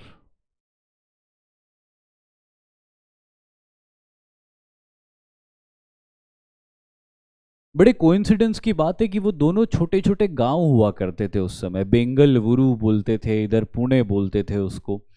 आज दोनों ही भारत के बहुत बड़े शहर हैं, लेकिन उस वक्त ये दोनों छोटे छोटे कुछ गांव हुआ करते थे, छोटी छोटी जागीरें हुआ करती थी जो शाहजी भोसले की थी। पहले अहमदनगर की निज़ाम शाही को वो सर्व करते थे, लेकिन जब निज़ाम शाही की हार होती है तो फिर बीजापुर की सल्तनत इस एरिया को एक्वायर करती है और अब वो बीजापुर के लिए सर्व करने वाले एक जनरल बन गए थे। शिवाजी की मदर जीजाबाई थी जो कि एक धार्मिक महिला थी और उनकी वजह से ही शिवाजी के अंदर वो वैल्यूज़ और वर्चूज़ इनकलकेट हुई जिनके ऊपर चल के आगे शिवाजी ने एक महान साम्राज्य की रचना करी। Shivaji displayed his military ambition for the first time in 1645। Shivaji की मदर जीजाबाई ने शुरू से ही शिवाजी को मोटिवेट किया कि अगर हम मराठे बीजापुर की सल्तनत के लिए या अहमदनगर की निज़ाम शाही के लिए लड़ के उनको राजा बना सकते हैं, उनको सुल्तान बना सकते हैं, तो क्यों न हम खुद के लिए लड़ें और अपने स्वराज्य को कायम करें। और इसी एम्बिशन के साथ में 1645 में शिवाजी ने अपने मिलिट्री एक्सपीडिशंस की शुरुआत करी और बीजापुर की डेक्कन की सल्तनत को चैलेंज करते हुए तोरणा के किले को जीत लिया। इसके बाद में बीजापुर की सल्तनत ने बदला लेने की ठानी और अपने एक ताकतवर कमांडर अफजल खान को भेजा। अफजल खान एक बड़ी सेना लेके प्रतापगढ़ के किले में, जिसका फोटोग्राफ भी आपको स्क्रीन के कॉर्नर पे दिखाई दे रहा है कि कितना इम्प्रेग्नेबल फोर्ट वो दिखाई दे रहा है। लेकिन जब आदिल शाही सल्तनत का जनरल अफजल खान शिवाजी को डिफीट करने या कैप्चर करने के इरादे से उनकी टेरिटरी में आता है, तो शिवाजी इसी किले में शेल्टर लेते और अफजल खान के साथ लड़ाई करते हैं, जिसे प्रतापगढ़ की लड़ाई कहा जाता है। प्रतापगढ़ की लड़ाई में शिवाजी अफजल खान एक मीटिंग करते हैं। पहले तो अफजल खान कोशिश करता है कि वो शिवाजी को डिफीट करे, चैलेंज करे, नीचे पहाड़ों में मैदानों में लड़ने के लिए बुलाए और वहाँ पे शिवाजी की छोटी आर्मी को डिफीट कर दे। लेकिन शिवाजी इतनी आसानी से अफजल खान के धोखे में नहीं आ सकते थे। शिवाजी भी चालाक थे। शिवाजी ने अपने किले को नहीं छोड़ा, क्योंकि वो जानते थे अफजल खान कितनी भी बड़ी सेना लेके आ जाए, इस ऊंचे पहाड़ी किले को नहीं जीत सकता। बाद में थक हार के अफजल खान ने शिवाजी को बातचीत के लिए बुलवाया और ऐसा कहा गया है कि अफजल खान का इरादा शिवाजी को बातचीत के बहाने बुलवा के मार डालने का था। लेकिन शिवाजी तैयार थे, वो अफजल खान के कैरेक्टर को जानते थे, इसलिए शिवाजी हर किसी तरह के हमले के जवाबी हमला देने की तैयारी के साथ गए थे। और जब अफजल खान ने मिलने के बहाने उनको बुलाया और बुलाकर उनको मारने की कोशिश करी, तो शिवाजी ने अफजल खान के ऊपर काउंटर अटैक करके उसको बुरी तरह घायल कर दिया। बाद में शिवाजी के बॉडीगार्ड्स ने अफजल खान को मार के इस लड़ाई में शिवाजी को बढ़त दिला दी और देखते ही देखते मराठा आर्मी ने बीजापुर की ताकतवर और बड़ी सेना के ऊपर अचानक धावा बोल के उसको डिस्ट्रॉय कर दिया। इस तरह 1659 में छत्रपति शिवाजी महाराज, जो उस समय छत्रपति के टाइटल को अज्यूम नहीं करे थे, इसलिए सिर्फ मैं शिवाजी कहूँगा उस वक्त के लिए, तो इस तरह शिवाजी ने बीजापुर की चुनौती को रौंद डाला। बीजापुर की चुनौती को रौंदे जाने के बाद अब मुगल के नज़र में शिवाजी चढ़ गए, क्योंकि डेक्कन की सल्तनत जो मुगल्स की एलाई थी वो शिवाजी का मुकाबला नहीं कर पा रही थी। तो फिर शिवाजी को हराने के लिए औरंगज़ेब ने अपने मैटरनल अंकल, अपने मामा की लीडरशिप में एक बहुत बड़ी फौज भेजी, जिसने कुछ वक्त के लिए तो पूना को कैप्चर कर लिया। लेकिन जल्दी शिवाजी ने एक ज़ोरदार अटैक किया उसके ऊपर, और एक ज़ोरदार अटैक करके पूना के लाल महल में घुस के, जो फोटोग्राफ आपको दिखाई दे रहा है उसमें शिवाजी शाइस्ता खान, मुगल गवर्नर, मुगल जनरल शाइस्ता खान के ऊपर तलवार का एक प्रहार कर रहे हैं, जिस प्रहार में शिवाजी का ऑब्जेक्टिव तो शाइस्ता खान की गर्दन काटना है, बट गर्दन की जगह शाइस्ता खान के हाथ पर तलवार लगती और शाइस्ता खान की कुछ उंगलियां कटकर नीचे गिर जाती। हालांकि शाइस्ता खान बच गया, लेकिन इस हमले में शाइस्ता खान का बेटा भी मारा गया, शाइस्ता खान की कुछ बेगमें मारी गई अनफॉर्चुनेटली, और शाइस्ता खान के बहुत सारे पैलेस गार्ड्स मारे गए। शिवाजी और उनके कमांडोज इस हमले को करके बचकर भी निकल गए, उनको एक खरोंच तक नहीं आई। और ये मुगल सल्तनत के मुंह पर एक बहुत बड़ा तमाचा था शिवाजी का, और इसीलिए अब मुगल सल्तनत ने, शिवाजी ने इसके बाद में मुगल टाउन सूरत के ऊपर भी हमला किया और सूरत के कई मुगल व्यापारियों को लूट कर खूब सारा वेल्थ इकट्ठा किया, जो कि मुगलों के साथ लंबी लड़ाई के लिए बहुत ज़रूरी था। लेकिन इन सबसे परेशान होकर औरंगज़ेब ने अपने सबसे बड़े जनरल मिर्ज़ा राजा जय सिंह को भेजा। मिर्ज़ा राजा जय सिंह ने शिवाजी को पुरंदर के किले में घेर लिया और 1665 में शिवाजी को न सिर्फ घेराबंदी करके, बल्कि शिवाजी की तरफ दोस्ती का हाथ बढ़ा के शिवाजी को एक ट्रीटी करने के लिए मना लिया। 1665 में पुरंदर की ट्रीटी होती शिवाजी और मिर्ज़ा राजा जय सिंह के बीच में, जिसमें मिर्ज़ा राजा जय सिंह शिवाजी को ये कहते हैं कि अगर आप मुगलों की सुप्रीमेसी एक्सेप्ट कर लो तो मुगल आपको आपके इलाके में उसी तरह रूल करने देंगे जिस तरह वो राजस्थान में राजपूतों को रूल करने देते, और किसी तरह का कोई इंटरफेरेंस नहीं करते। शिवाजी को लगा कि शायद ये एक अच्छा प्रस्ताव है और इस पर विचार किया जा सकता है, क्योंकि नेवर एंडिंग लड़ाई तो कोई भी नहीं चाहता, ना औरंगज़ेब न शिवाजी।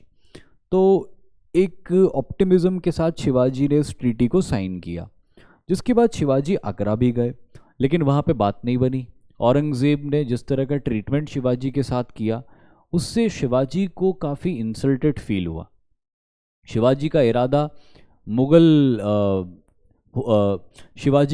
मुगल दरबार को छोड़कर वापस महाराष्ट्र आने का था, लेकिन औरंगजेब चालाकी से उनको हाउस अरेस्ट करवा लेता है। अब खतरा ये हो गया था कि औरंगजेब के हाउस अरेस्ट में कहीं शिवाजी को जहर दे के न मार दिया जाए। लेकिन तभी मिर्जा राजा जयसिंह, जो अपनी जिम्मेदारी पे शिवाजी को लेके आए थे, अब वही मिर्जा राजा जयसिंह और उनके बेटे राम सिंह मिल के किसी तरह शिवाजी को फलों की टोकरी में छुपा कर वापस महाराष्ट्र भेज देते हैं। और इसके बाद शिवाजी एक बार फिर मुगलों के खिलाफ जंग छेड़ देते हैं और देखते ही देखते मुगलों के कई किलों को जीतते जाते हैं और मुगलों के कई किलों को जीतते हुए अपने उस स्वराज्य को कायम कर लेते हैं जिसका सपना कभी शिवाजी ने देखा था। फाइनली 6 जून 1674 को रायगढ़ के किले में शिवाजी का कोरोनेशन होता है और वो छत्रपति का टाइटल अज्यूम करते हैं और इसी के साथ शिवाजी ऑफिशियली रूलर हो जाते। अब तक शिवाजी सबके लिए एक विद्रोही थे, लेकिन अब शिवाजी ने अपने इलाके में अपने राज्य को कायम किया था। शिवाजी अनफॉर्चुनेटली 6 साल बाद यानी कि 1680 में ख़त्म हो जाते हैं, उनकी डेथ हो जाती है, अनटाइमली डेथ होती है उनकी। और इसके बाद औरंगजेब को ऐसा लगता है कि अब शायद मराठास वीक हो चुके होंगे और मराठों के ऊपर एक के बाद एक काउंटर अटैक करके हम वापस उनके स्वराज्य को ख़त्म कर देंगे। लेकिन ऐसा हो नहीं सकता था, क्योंकि शिवाजी के सक्सेसर्स थे तो उन्हीं के बच्चे, वो भी औरंगज़ेब के और मुग़लों के अगेंस्ट वैसे ही रेजिस्टेंस के और इंटेंसिटी के साथ में लड़ते रहे जैसे इंटेंसिटी और रेजिस्टेंस के साथ में शिवाजी लड़े थे। शिवाजी के बाद संभाजी लड़े, संभाजी बाद में पकड़े गए।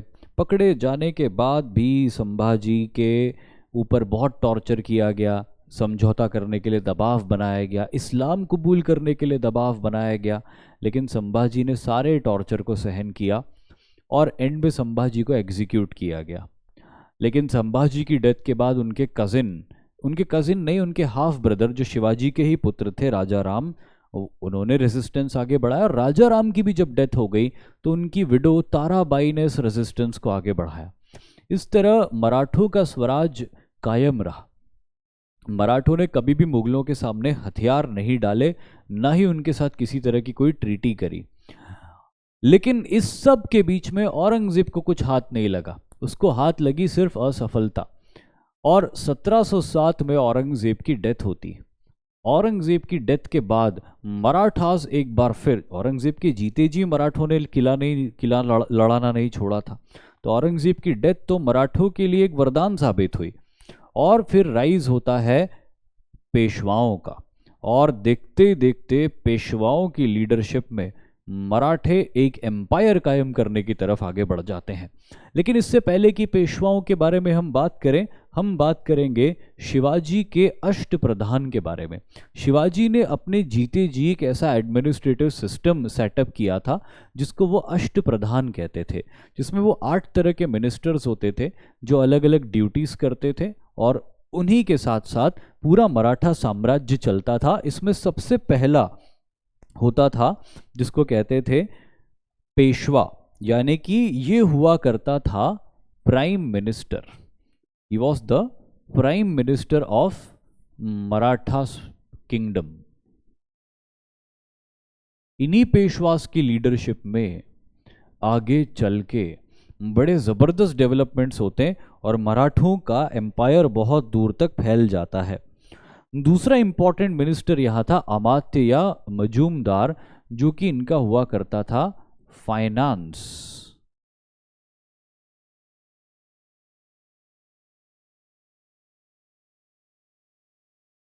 आज भी भारत में बहुत सारे लोग इस सरनेम को यूज करते हैं, मजूमदार, जिसका मतलब ये है कि उनके एंसेस्टर्स कभी किसी किंगडम में फाइनेंस मिनिस्टर रहे हुए थे। जो एक और इम्पॉर्टेंट पोजीशन होती थी जिसको सुरनवीस या सचिव भी कहते थे, ये जनरल सेक्रेटरी की तरह काम करता था, जो कि जितना भी कॉरेस्पॉन्डेंस का काम होता था उस कॉरेस्पॉन्डेंस के काम को किया करता था। जैसे पत्र व्यवहार हो गए या फिर जो रॉयल सील्स और स्टाम्प्स होते थे उनका मेंटेनेंस करने का काम करते थे। इसके बाद में वकिया नवीस एक इम्पॉर्टेंट मिनिस्टर हुआ करता था, जो कि सेंट्रल एडमिनिस्ट्रेशन में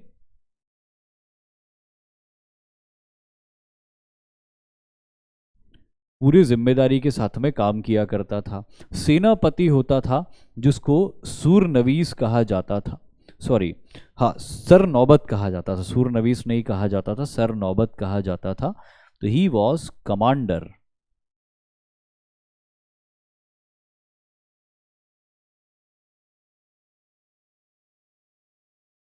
चीफ, ये कमांडर इन चीफ हुआ करता था, जो एक बहुत इंपॉर्टेंट पोजीशन हुआ करती थी शिवाजी के दौर में।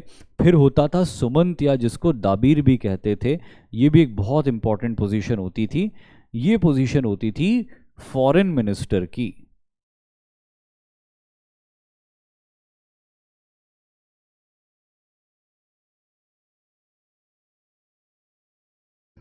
और फिर होता था न्यायाधीश। न्यायाधीश मतलब कि मिनिस्टर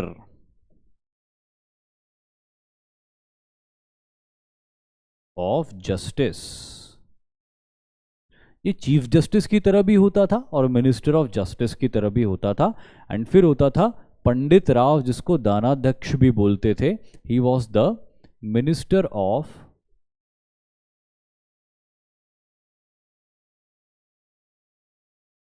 रिलीजियस।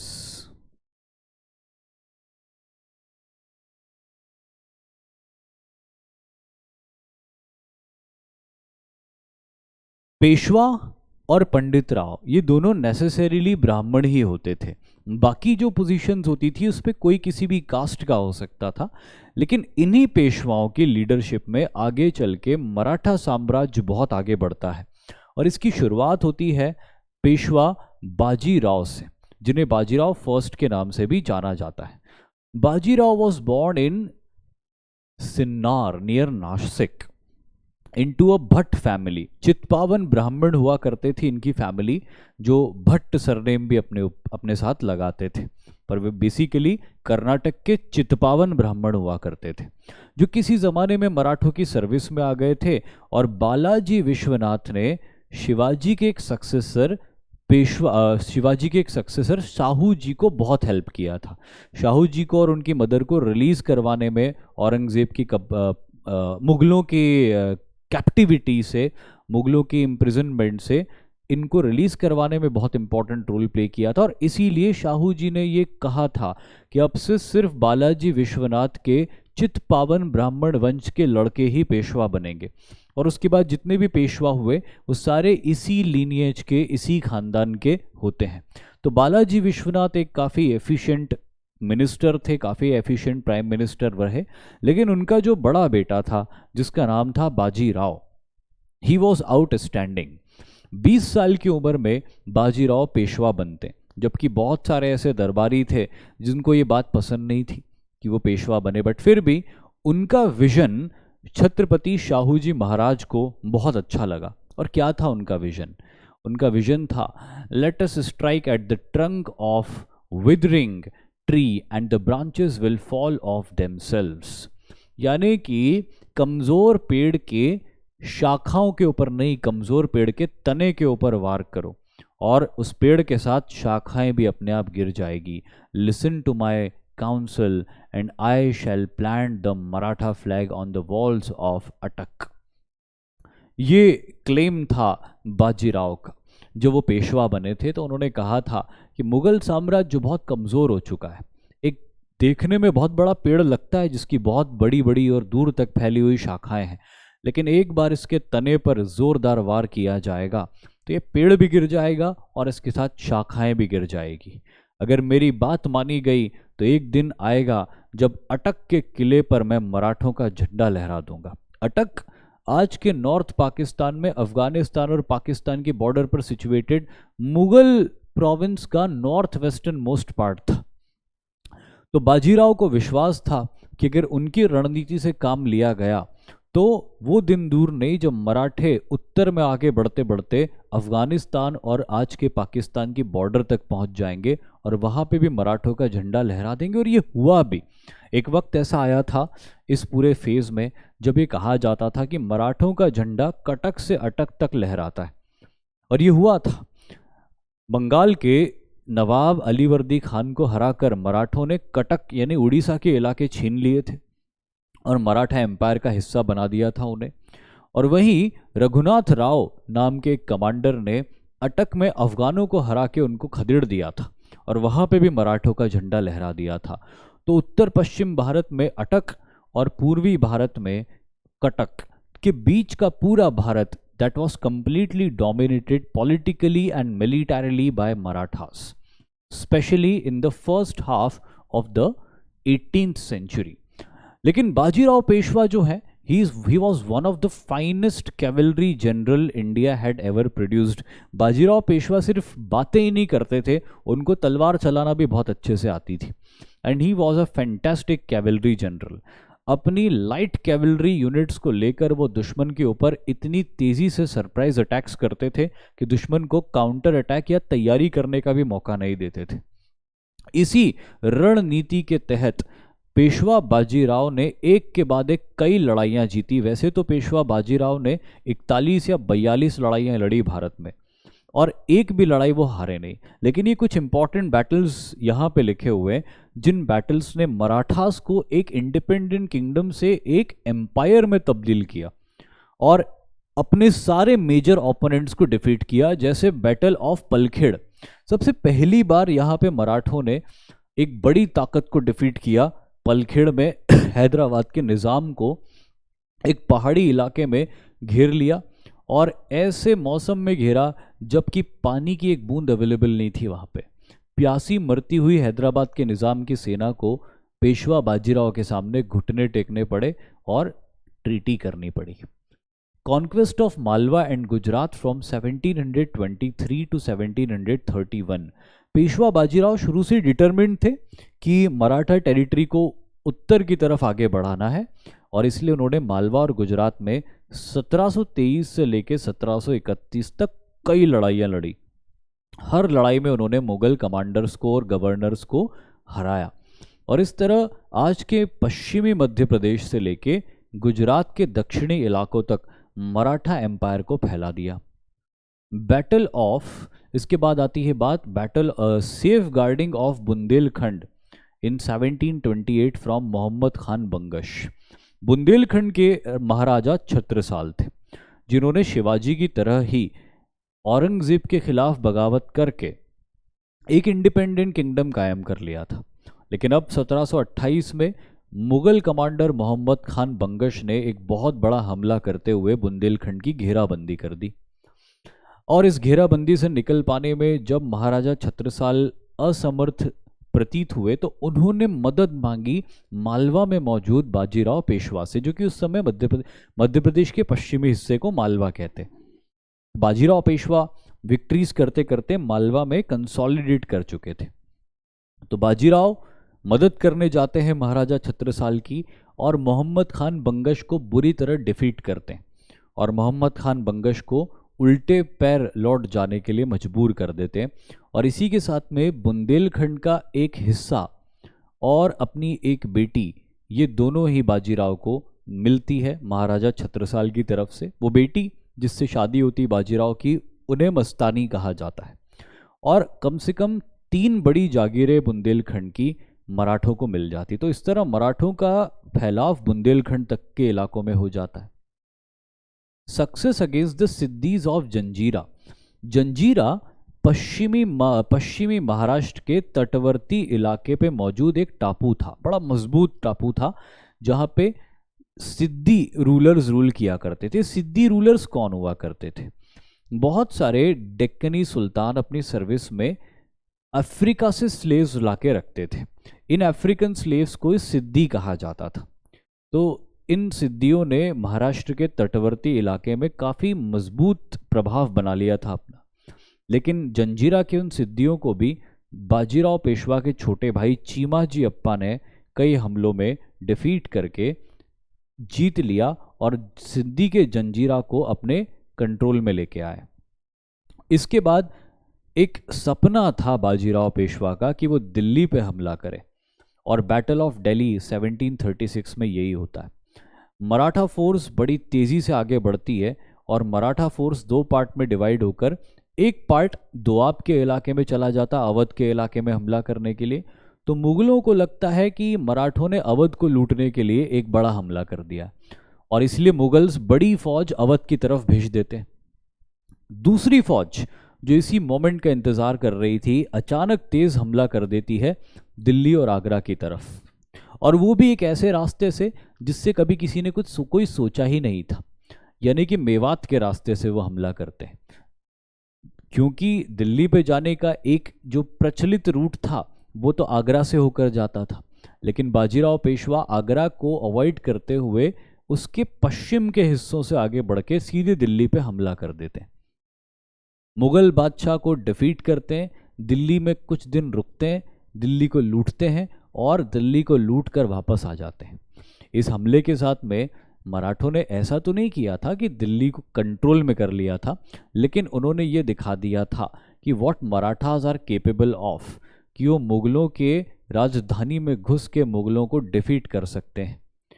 और फिर एक और लड़ाई होती है उसके बाद में जो पुर्तगालियों से होती है। एक बार फिर बाजीराव पेशवा के छोटे भाई चीमाजी अप्पा ने पोर्चुगीज पावर के अगेंस्ट अटैक करके उनको कई लड़ाइयों में डिफीट किया।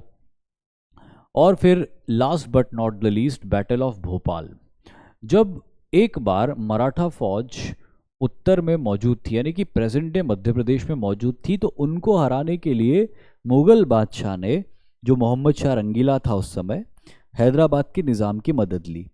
हैदराबाद के निज़ाम की एक बड़ी सेना उत्तर की तरफ आगे बढ़ती है और मराठों की भोपाल में उनसे मुठभेड़ होती है। एक बार फिर बाजीराव पेशवा के इफेक्टिव लीडरशिप में हैदराबाद के निज़ाम और मुगल्स की कंबाइंड फोर्सेस को भोपाल में डिफीट किया जाता है। और भोपाल में इस डिफीट के साथ ही निज़ाम को ये कहा जाता है कि आज के बाद तुम कभी भी मुगलों की मदद के लिए नहीं आओगे, अगर आए तो फिर हम तुम पे हमला करके तुमको डिस्ट्रॉय कर देंगे। इस तरह इन लड़ाइयों में पेशवा बाजीराव ने सारी बड़ी ताकतों को एक एक करके डिफीट करते हुए अपने मिलिट्री डोमिनेंस को सेटअप कर दिया। Bajirao, the great Peshwa, was without doubt the most outstanding statesman and general India produced in 18th century. If Shivaji was the founder of Maratha state, Bajirao could claim that he was the one who saved it from disruption and transformed what was the national state into an empire। जैसे कि मैंने आपको कहा कि छत्रपति शिवाजी महाराज ने मराठा साम्राज्य की नींव रखी और इसी नींव पर खड़े होकर बाजीराव पेशवा ने एक महान साम्राज्य जो कटक से अटक तक फैला हुआ था उसको बनाया। एंड इनके बारे में बहुत सारे बड़े बड़े generals, military generals, British generals ने इनको स्टडी करने के बाद ये कहा है कि इनके जैसा घुड़सवार कमांडर भारत में रेयरली पैदा हुआ है, और 18th सेंचुरी में तो इनसे बेहतर कोई और था ही नहीं जो बेहतर घुड़सवारी करके अपने दुश्मनों को हरा दे। बाजीराव पेशवा के पास कोई बहुत बड़ी सेना नहीं थी, लेकिन बाजीराव पेशवा वहाँ से सोचना शुरू करते थे जहाँ से उनका दुश्मन सोचना ख़त्म कर देता था, और वो ऐसे ऐसे जर्नीज कर लेते थे, ऐसे ऐसे अटैक्स कर देते थे जो दुश्मन ने कभी सोचे ही नहीं होते थे कि इस तरह अटैक भी हो सकता है। और यही खासियत थी बाजीराव पेशवा की, और इसी तरह उन्होंने मराठा एम्पायर को कायम किया। लेकिन अनफॉर्चुनेटली फॉर द मराठास ये एम्पायर बहुत लंबे समय तक कायम नहीं रह पाता है। Epitome of the Marathas and the 14 जनवरी 1761, अभी जो 14 जनवरी 1761 है ये क्या है? ये है थर्ड बैटल ऑफ पानीपत। ये जो थर्ड बैटल ऑफ पानीपत था, इस थर्ड बैटल ऑफ पानीपत में मराठों की अनफॉर्चुनेटली बहुत बड़ी हार हो गई थी, और इस हार में मराठों के बहुत सारे कमांडर्स और जनरल्स मारे गए थे, जिसकी वजह से मराठास वो पैरामाउंट पावर नहीं बन पाई भारत में जो वो लगभग बन चुकी थी या बनने वाली थी। तो क्या होता है पानीपत की तीसरी लड़ाई में और कैसे वो मराठे जो अब तक अनडिफीटेड थे हार जाते? सबसे पहली चीज किसके बीच में लड़ी गई थी? तो fought between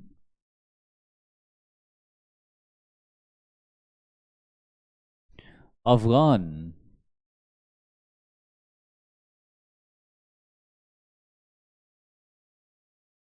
invader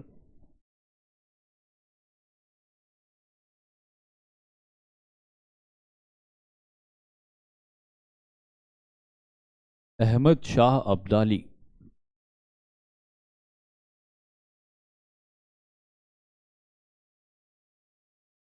supported by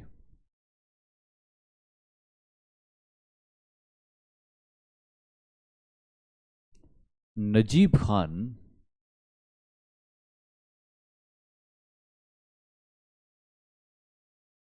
and Shujauddaulah.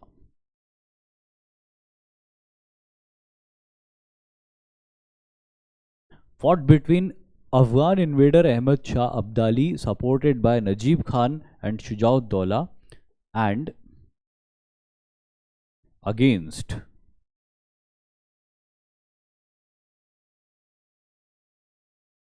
the Marathas,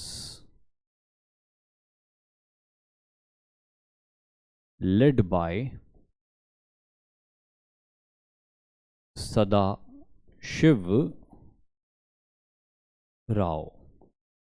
तो एक तरफ मराठा सेना थी जिसके लीडर सदाशिव राव थे, दूसरी तरफ अफगान आर्मी, उसके साथ रुहेलखंड का नजीब खान और अवध का शुजाउद्दौला मिल गए थे। तो वो एक बहुत ही मैसिव आर्मी बन गई थी। अप्रॉक्सीमेटली 80,000 से 1 लाख के आसपास की फौज इकट्ठी हो गई थी मराठों के अगेंस्ट। इसके मुकाबले में मराठे उनसे मुकाबला करने के लिए सिर्फ 40,000 के आसपास ही सेना लेके आ पाए थे। तो एक तो मुश्किल ये हो गई थी मराठों के लिए कि वो छोटी सेना लेके आए थे। इस लड़ाई का रिजल्ट मैं लिख देता हूँ और उसके बाद हम देखते हैं कि लड़ाई हुई कैसे थी।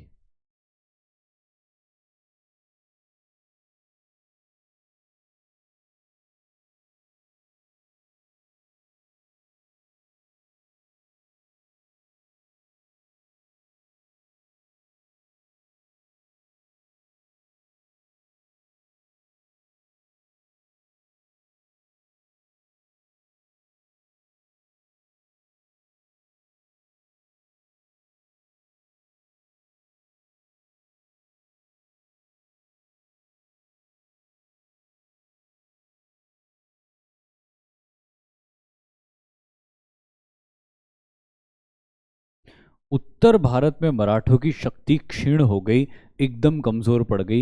ये इस लड़ाई का रिजल्ट था। अब लड़ाई होती कैसे? क्योंकि मराठे मुगलों से चौथ वसूल करते थे।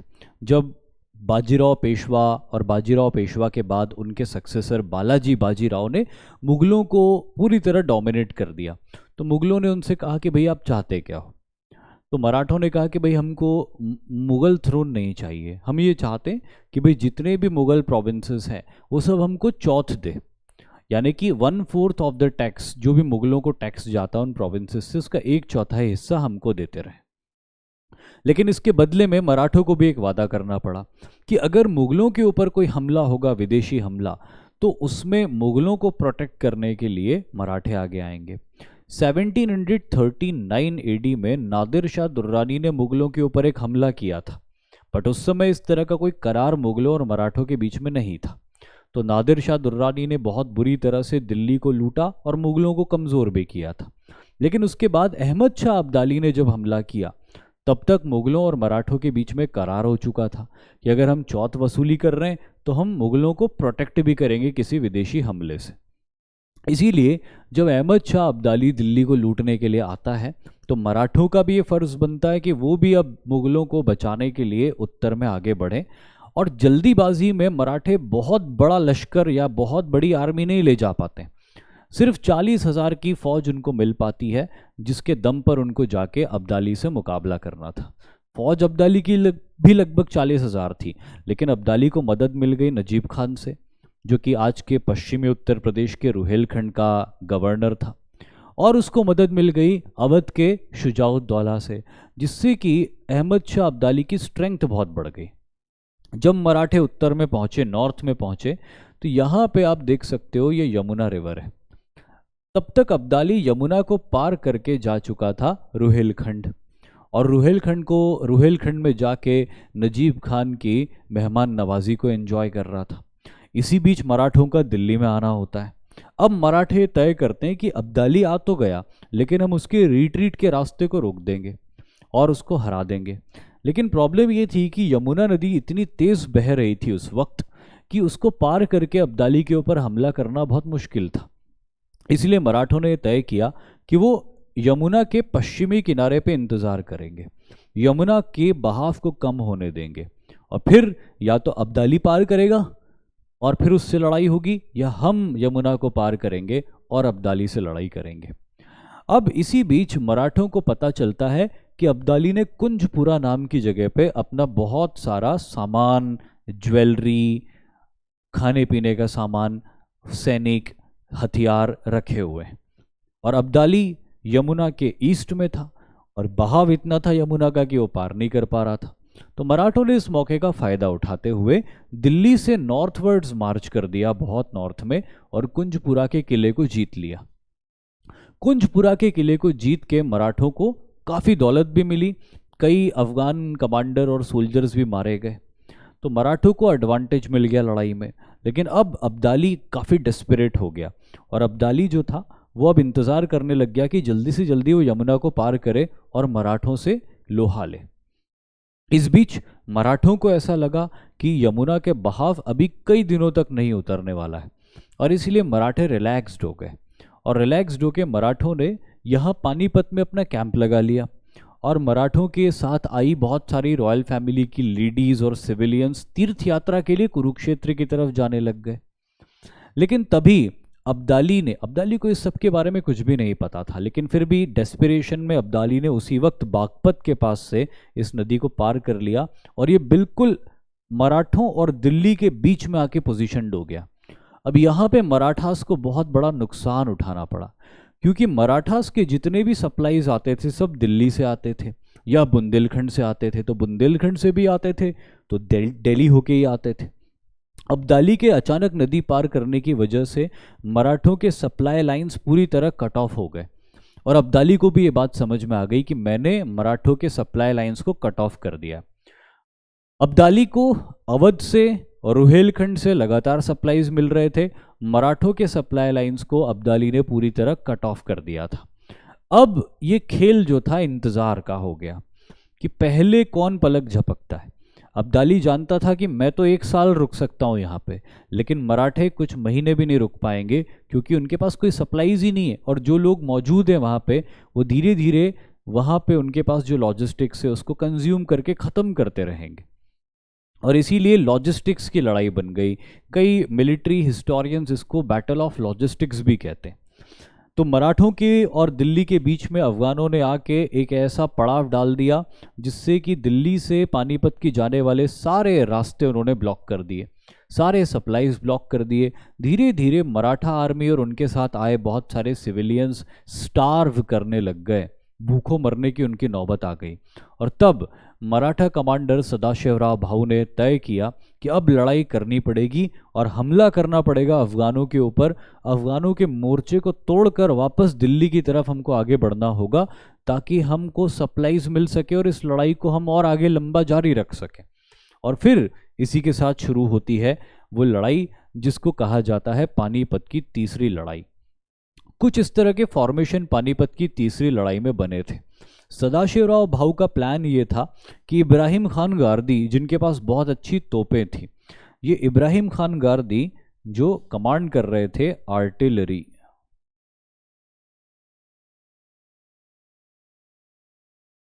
यहाँ पे प्लान ये था कि देखो यहाँ पे एक नदी बहा करती थी,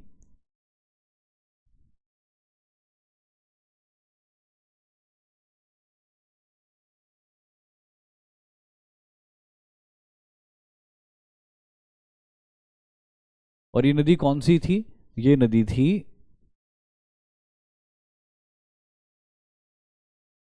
यमुना नदी।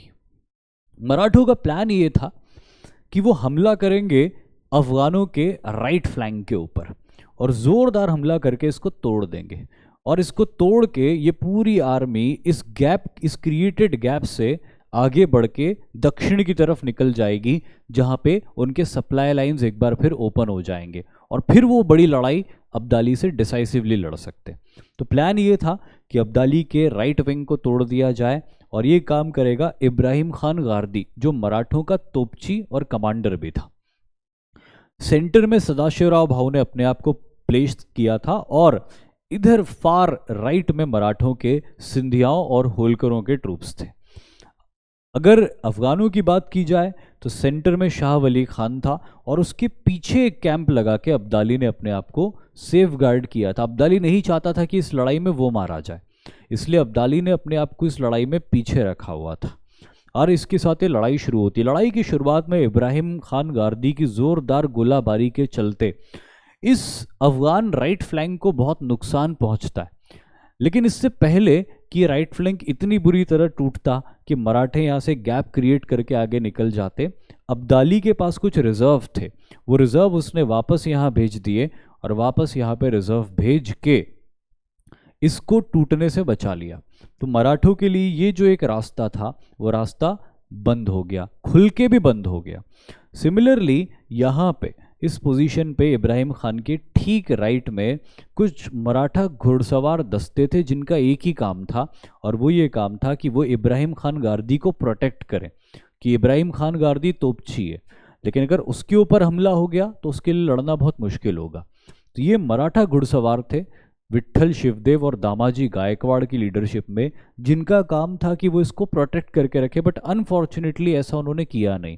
वो जोश जोश में आगे बढ़ गए और जोश जोश में आगे बढ़ के उनके ऊपर जो गोलाबारी हुई और लड़ाई हुई उसमें उनको काफ़ी नुकसान उठाना पड़ा, जिसकी वजह से ये एक बहुत बड़ा गैप क्रिएट हो गया मराठास के बीच में।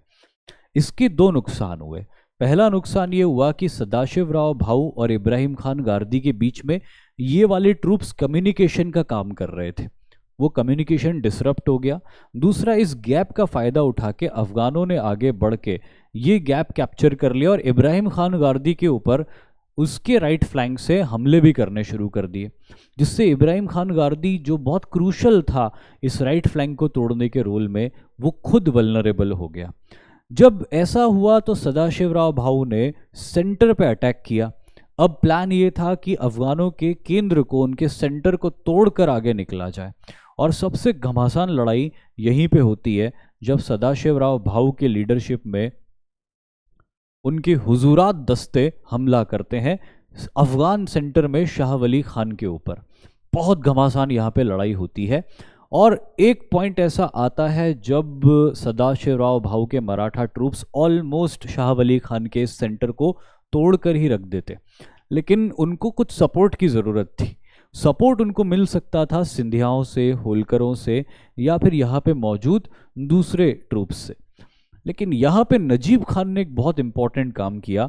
नजीब खान ने यहाँ से आगे बढ़ना शुरू किया और नजीब खान ने यहाँ से आगे बढ़ के इस पूरे पोजीशन को ब्लॉक कर दिया कि सदाशिवराव भाऊ के जो ट्रूप्स यहाँ पे लड़ रहे थे उन तक यहाँ से कोई मदद न पहुँचने पाए। तो नजीब खान ने आगे बढ़ के ऐसा ब्लॉकेड क्रिएट कर दिया कि ये तीनों ही ट्रूप्स एंगेज हो गए, सदाशिवराव भाऊ की मदद नहीं कर सकते थे। इब्राहिम खान गारदी का फ्लैंक पहले ही टूटने की कगार पे आ चुका था। सदाशिवराव भाऊ लास्ट होप थे जो इस फ्लैंक को या सेंटर को तोड़कर आगे बढ़ सकते थे, बट उनको मदद की ज़रूरत थी। नजीब खान ने ऐसी किसी भी मदद को आने से रोक दिया। सदाशिवराव भाऊ, विश्वासराव जो कि बालाजी बाजीराव के बेटे थे और अगले पेशवा बनने वाले थे, ये सब इस लड़ाई में यहाँ पे वीर गति को प्राप्त हो जाते हैं और इसी के साथ ये लड़ाई ख़त्म हो जाती है in the favour of Afghans. Afghans इस लड़ाई को जीत जाते हैं, लेकिन अफगानों को भी बहुत ज़्यादा नुकसान पहुंचता है। इसलिए अफगान फर्दर आगे कोई एडवांसमेंट नहीं करते, वो भी अफगानिस्तान लौट जाते हैं और बचे खुचे मराठा जैसे तैसे राजा सूरजमल जाट और दूसरे राजपूत राजाओं की मदद से वापस महाराष्ट्र पहुंच पाते हैं।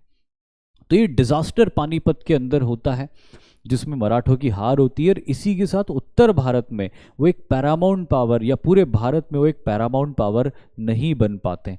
इसका बहुत ज़्यादा फायदा लड़ाई का न अफगानों को मिला, मराठों का तो नुकसान ही हुआ था। लेकिन अफगान भी इतना नुकसान झेल चुके थे इस लड़ाई में कि वो भी भारत में कोई एक बड़ी पैरामाउंट पावर नहीं बन पाते। इसी का फायदा उठाते हैं अंग्रेज। लेकिन ये अंग्रेजों का आना भारत में कैसे हुआ, एक बार जरा उसको भी देखते हैं। यहाँ पे दो फोटोग्राफ्स हैं, जिन दो फोटोग्राफ्स के मदद से हम यूरोपियंस का भारत में अराइवल समझेंगे।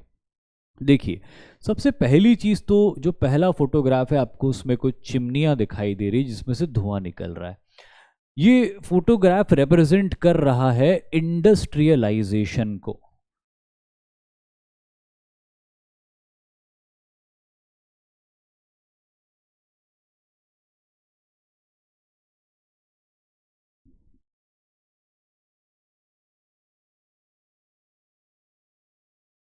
और ये दूसरा फोटोग्राफ आपको बता रहा है न्यू सी रूट टू इंडिया। सबसे पहले यूरोप के अंदर रेनेसां का दौर आता है। यूरोप के अंदर एक लिबरल और रैशनल सिस्टम्स डेवलप होने लगते हैं। उसी का रिजल्ट होता है कि यूरोप में इंडस्ट्रियलाइजेशन आ जाता है। अब यूरोप की कई अलग अलग कंट्रीज़ के बीच में इंडस्ट्रियल कंपटीशन शुरू हो जाती है, और उसी प्रोसेस में सस्ते से सस्ते दामों में रॉ मटेरियल खरीदने की होड़ लग जाती। अब सस्ते से सस्ते दामों में रॉ मटेरियल्स कहाँ से मिलेंगे? रॉ मटेरियल्स मिलेंगे इंडिया से, साउथ ईस्ट एशिया से, चाइना से, अफ्रीका से। लेकिन एक प्रॉब्लम हो जाती यूरोप्स के लिए कि ये जो इलाका था, जो आसान रूट था कि मेडिटेरेनियन सी से आगे बढ़े, रेड सी से होते हुए सीधे इंडिया पहुंच गए, इस एरिया में ऑटोमन टर्किश एम्पायर का रूल हो गया था, जो यूरोपियंस के दुश्मन थे। तो ये एक्सेस यूरोपियंस के लिए ख़त्म हो गया था भारत की तरफ। इसीलिए 1498 में वास्को डी गामा ने एक नया रूट डिस्कवर किया, जो अफ्रीका की टिप से होकर चलता था और फिर सीधे इंडिया पहुंचता था। इस तरह से वो बिना ऑटोमन टर्किश एम्पायर के इलाके में जाके सीधे भारत आ सकते थे और भारत से रॉ मटेरियल्स खरीद के अपने इंडस्ट्रियलाइजेशन को तेज़ी से आगे बढ़ा सकते थे। और इसी प्रोसेस में एक के बाद एक कई यूरोपियन पावर्स का भारत में आना शुरू होता है। सबसे पहली जो मेजर पावर भारत के अंदर आती है वो होते हैं पोर्चुगीज। पोर्चुगीज 1498 में आते हैं भारत। वास्को डी गामा वो पहला पोर्चुगीज था जिसकी लीडरशिप में वो सेल करते हुए भारत के अंदर पहुंचते हैं। दूसरी इंपॉर्टेंट पावर जो भारत में आती है वो है Dutch east India company,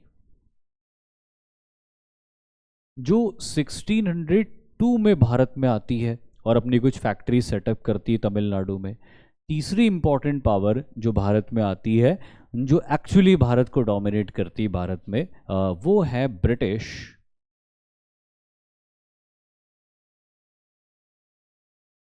east India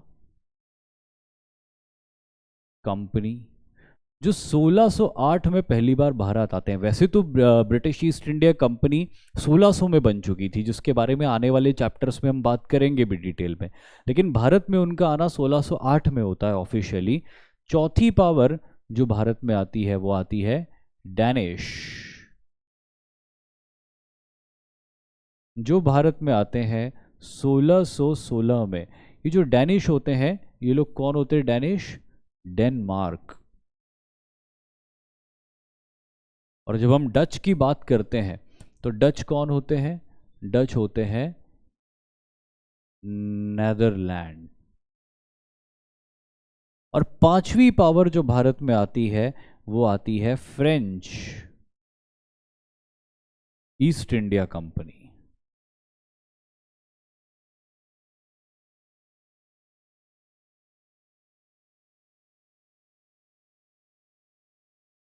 जो बहुत लेट आती है, 1664 में आती है, लेकिन फ्रेंच एक बड़ी पावर थे यूरोप में भी। इसीलिए ब्रिटिशर्स और फ्रेंच के बीच में आगे चल के काफ़ी राइवलरीज होती भारत में।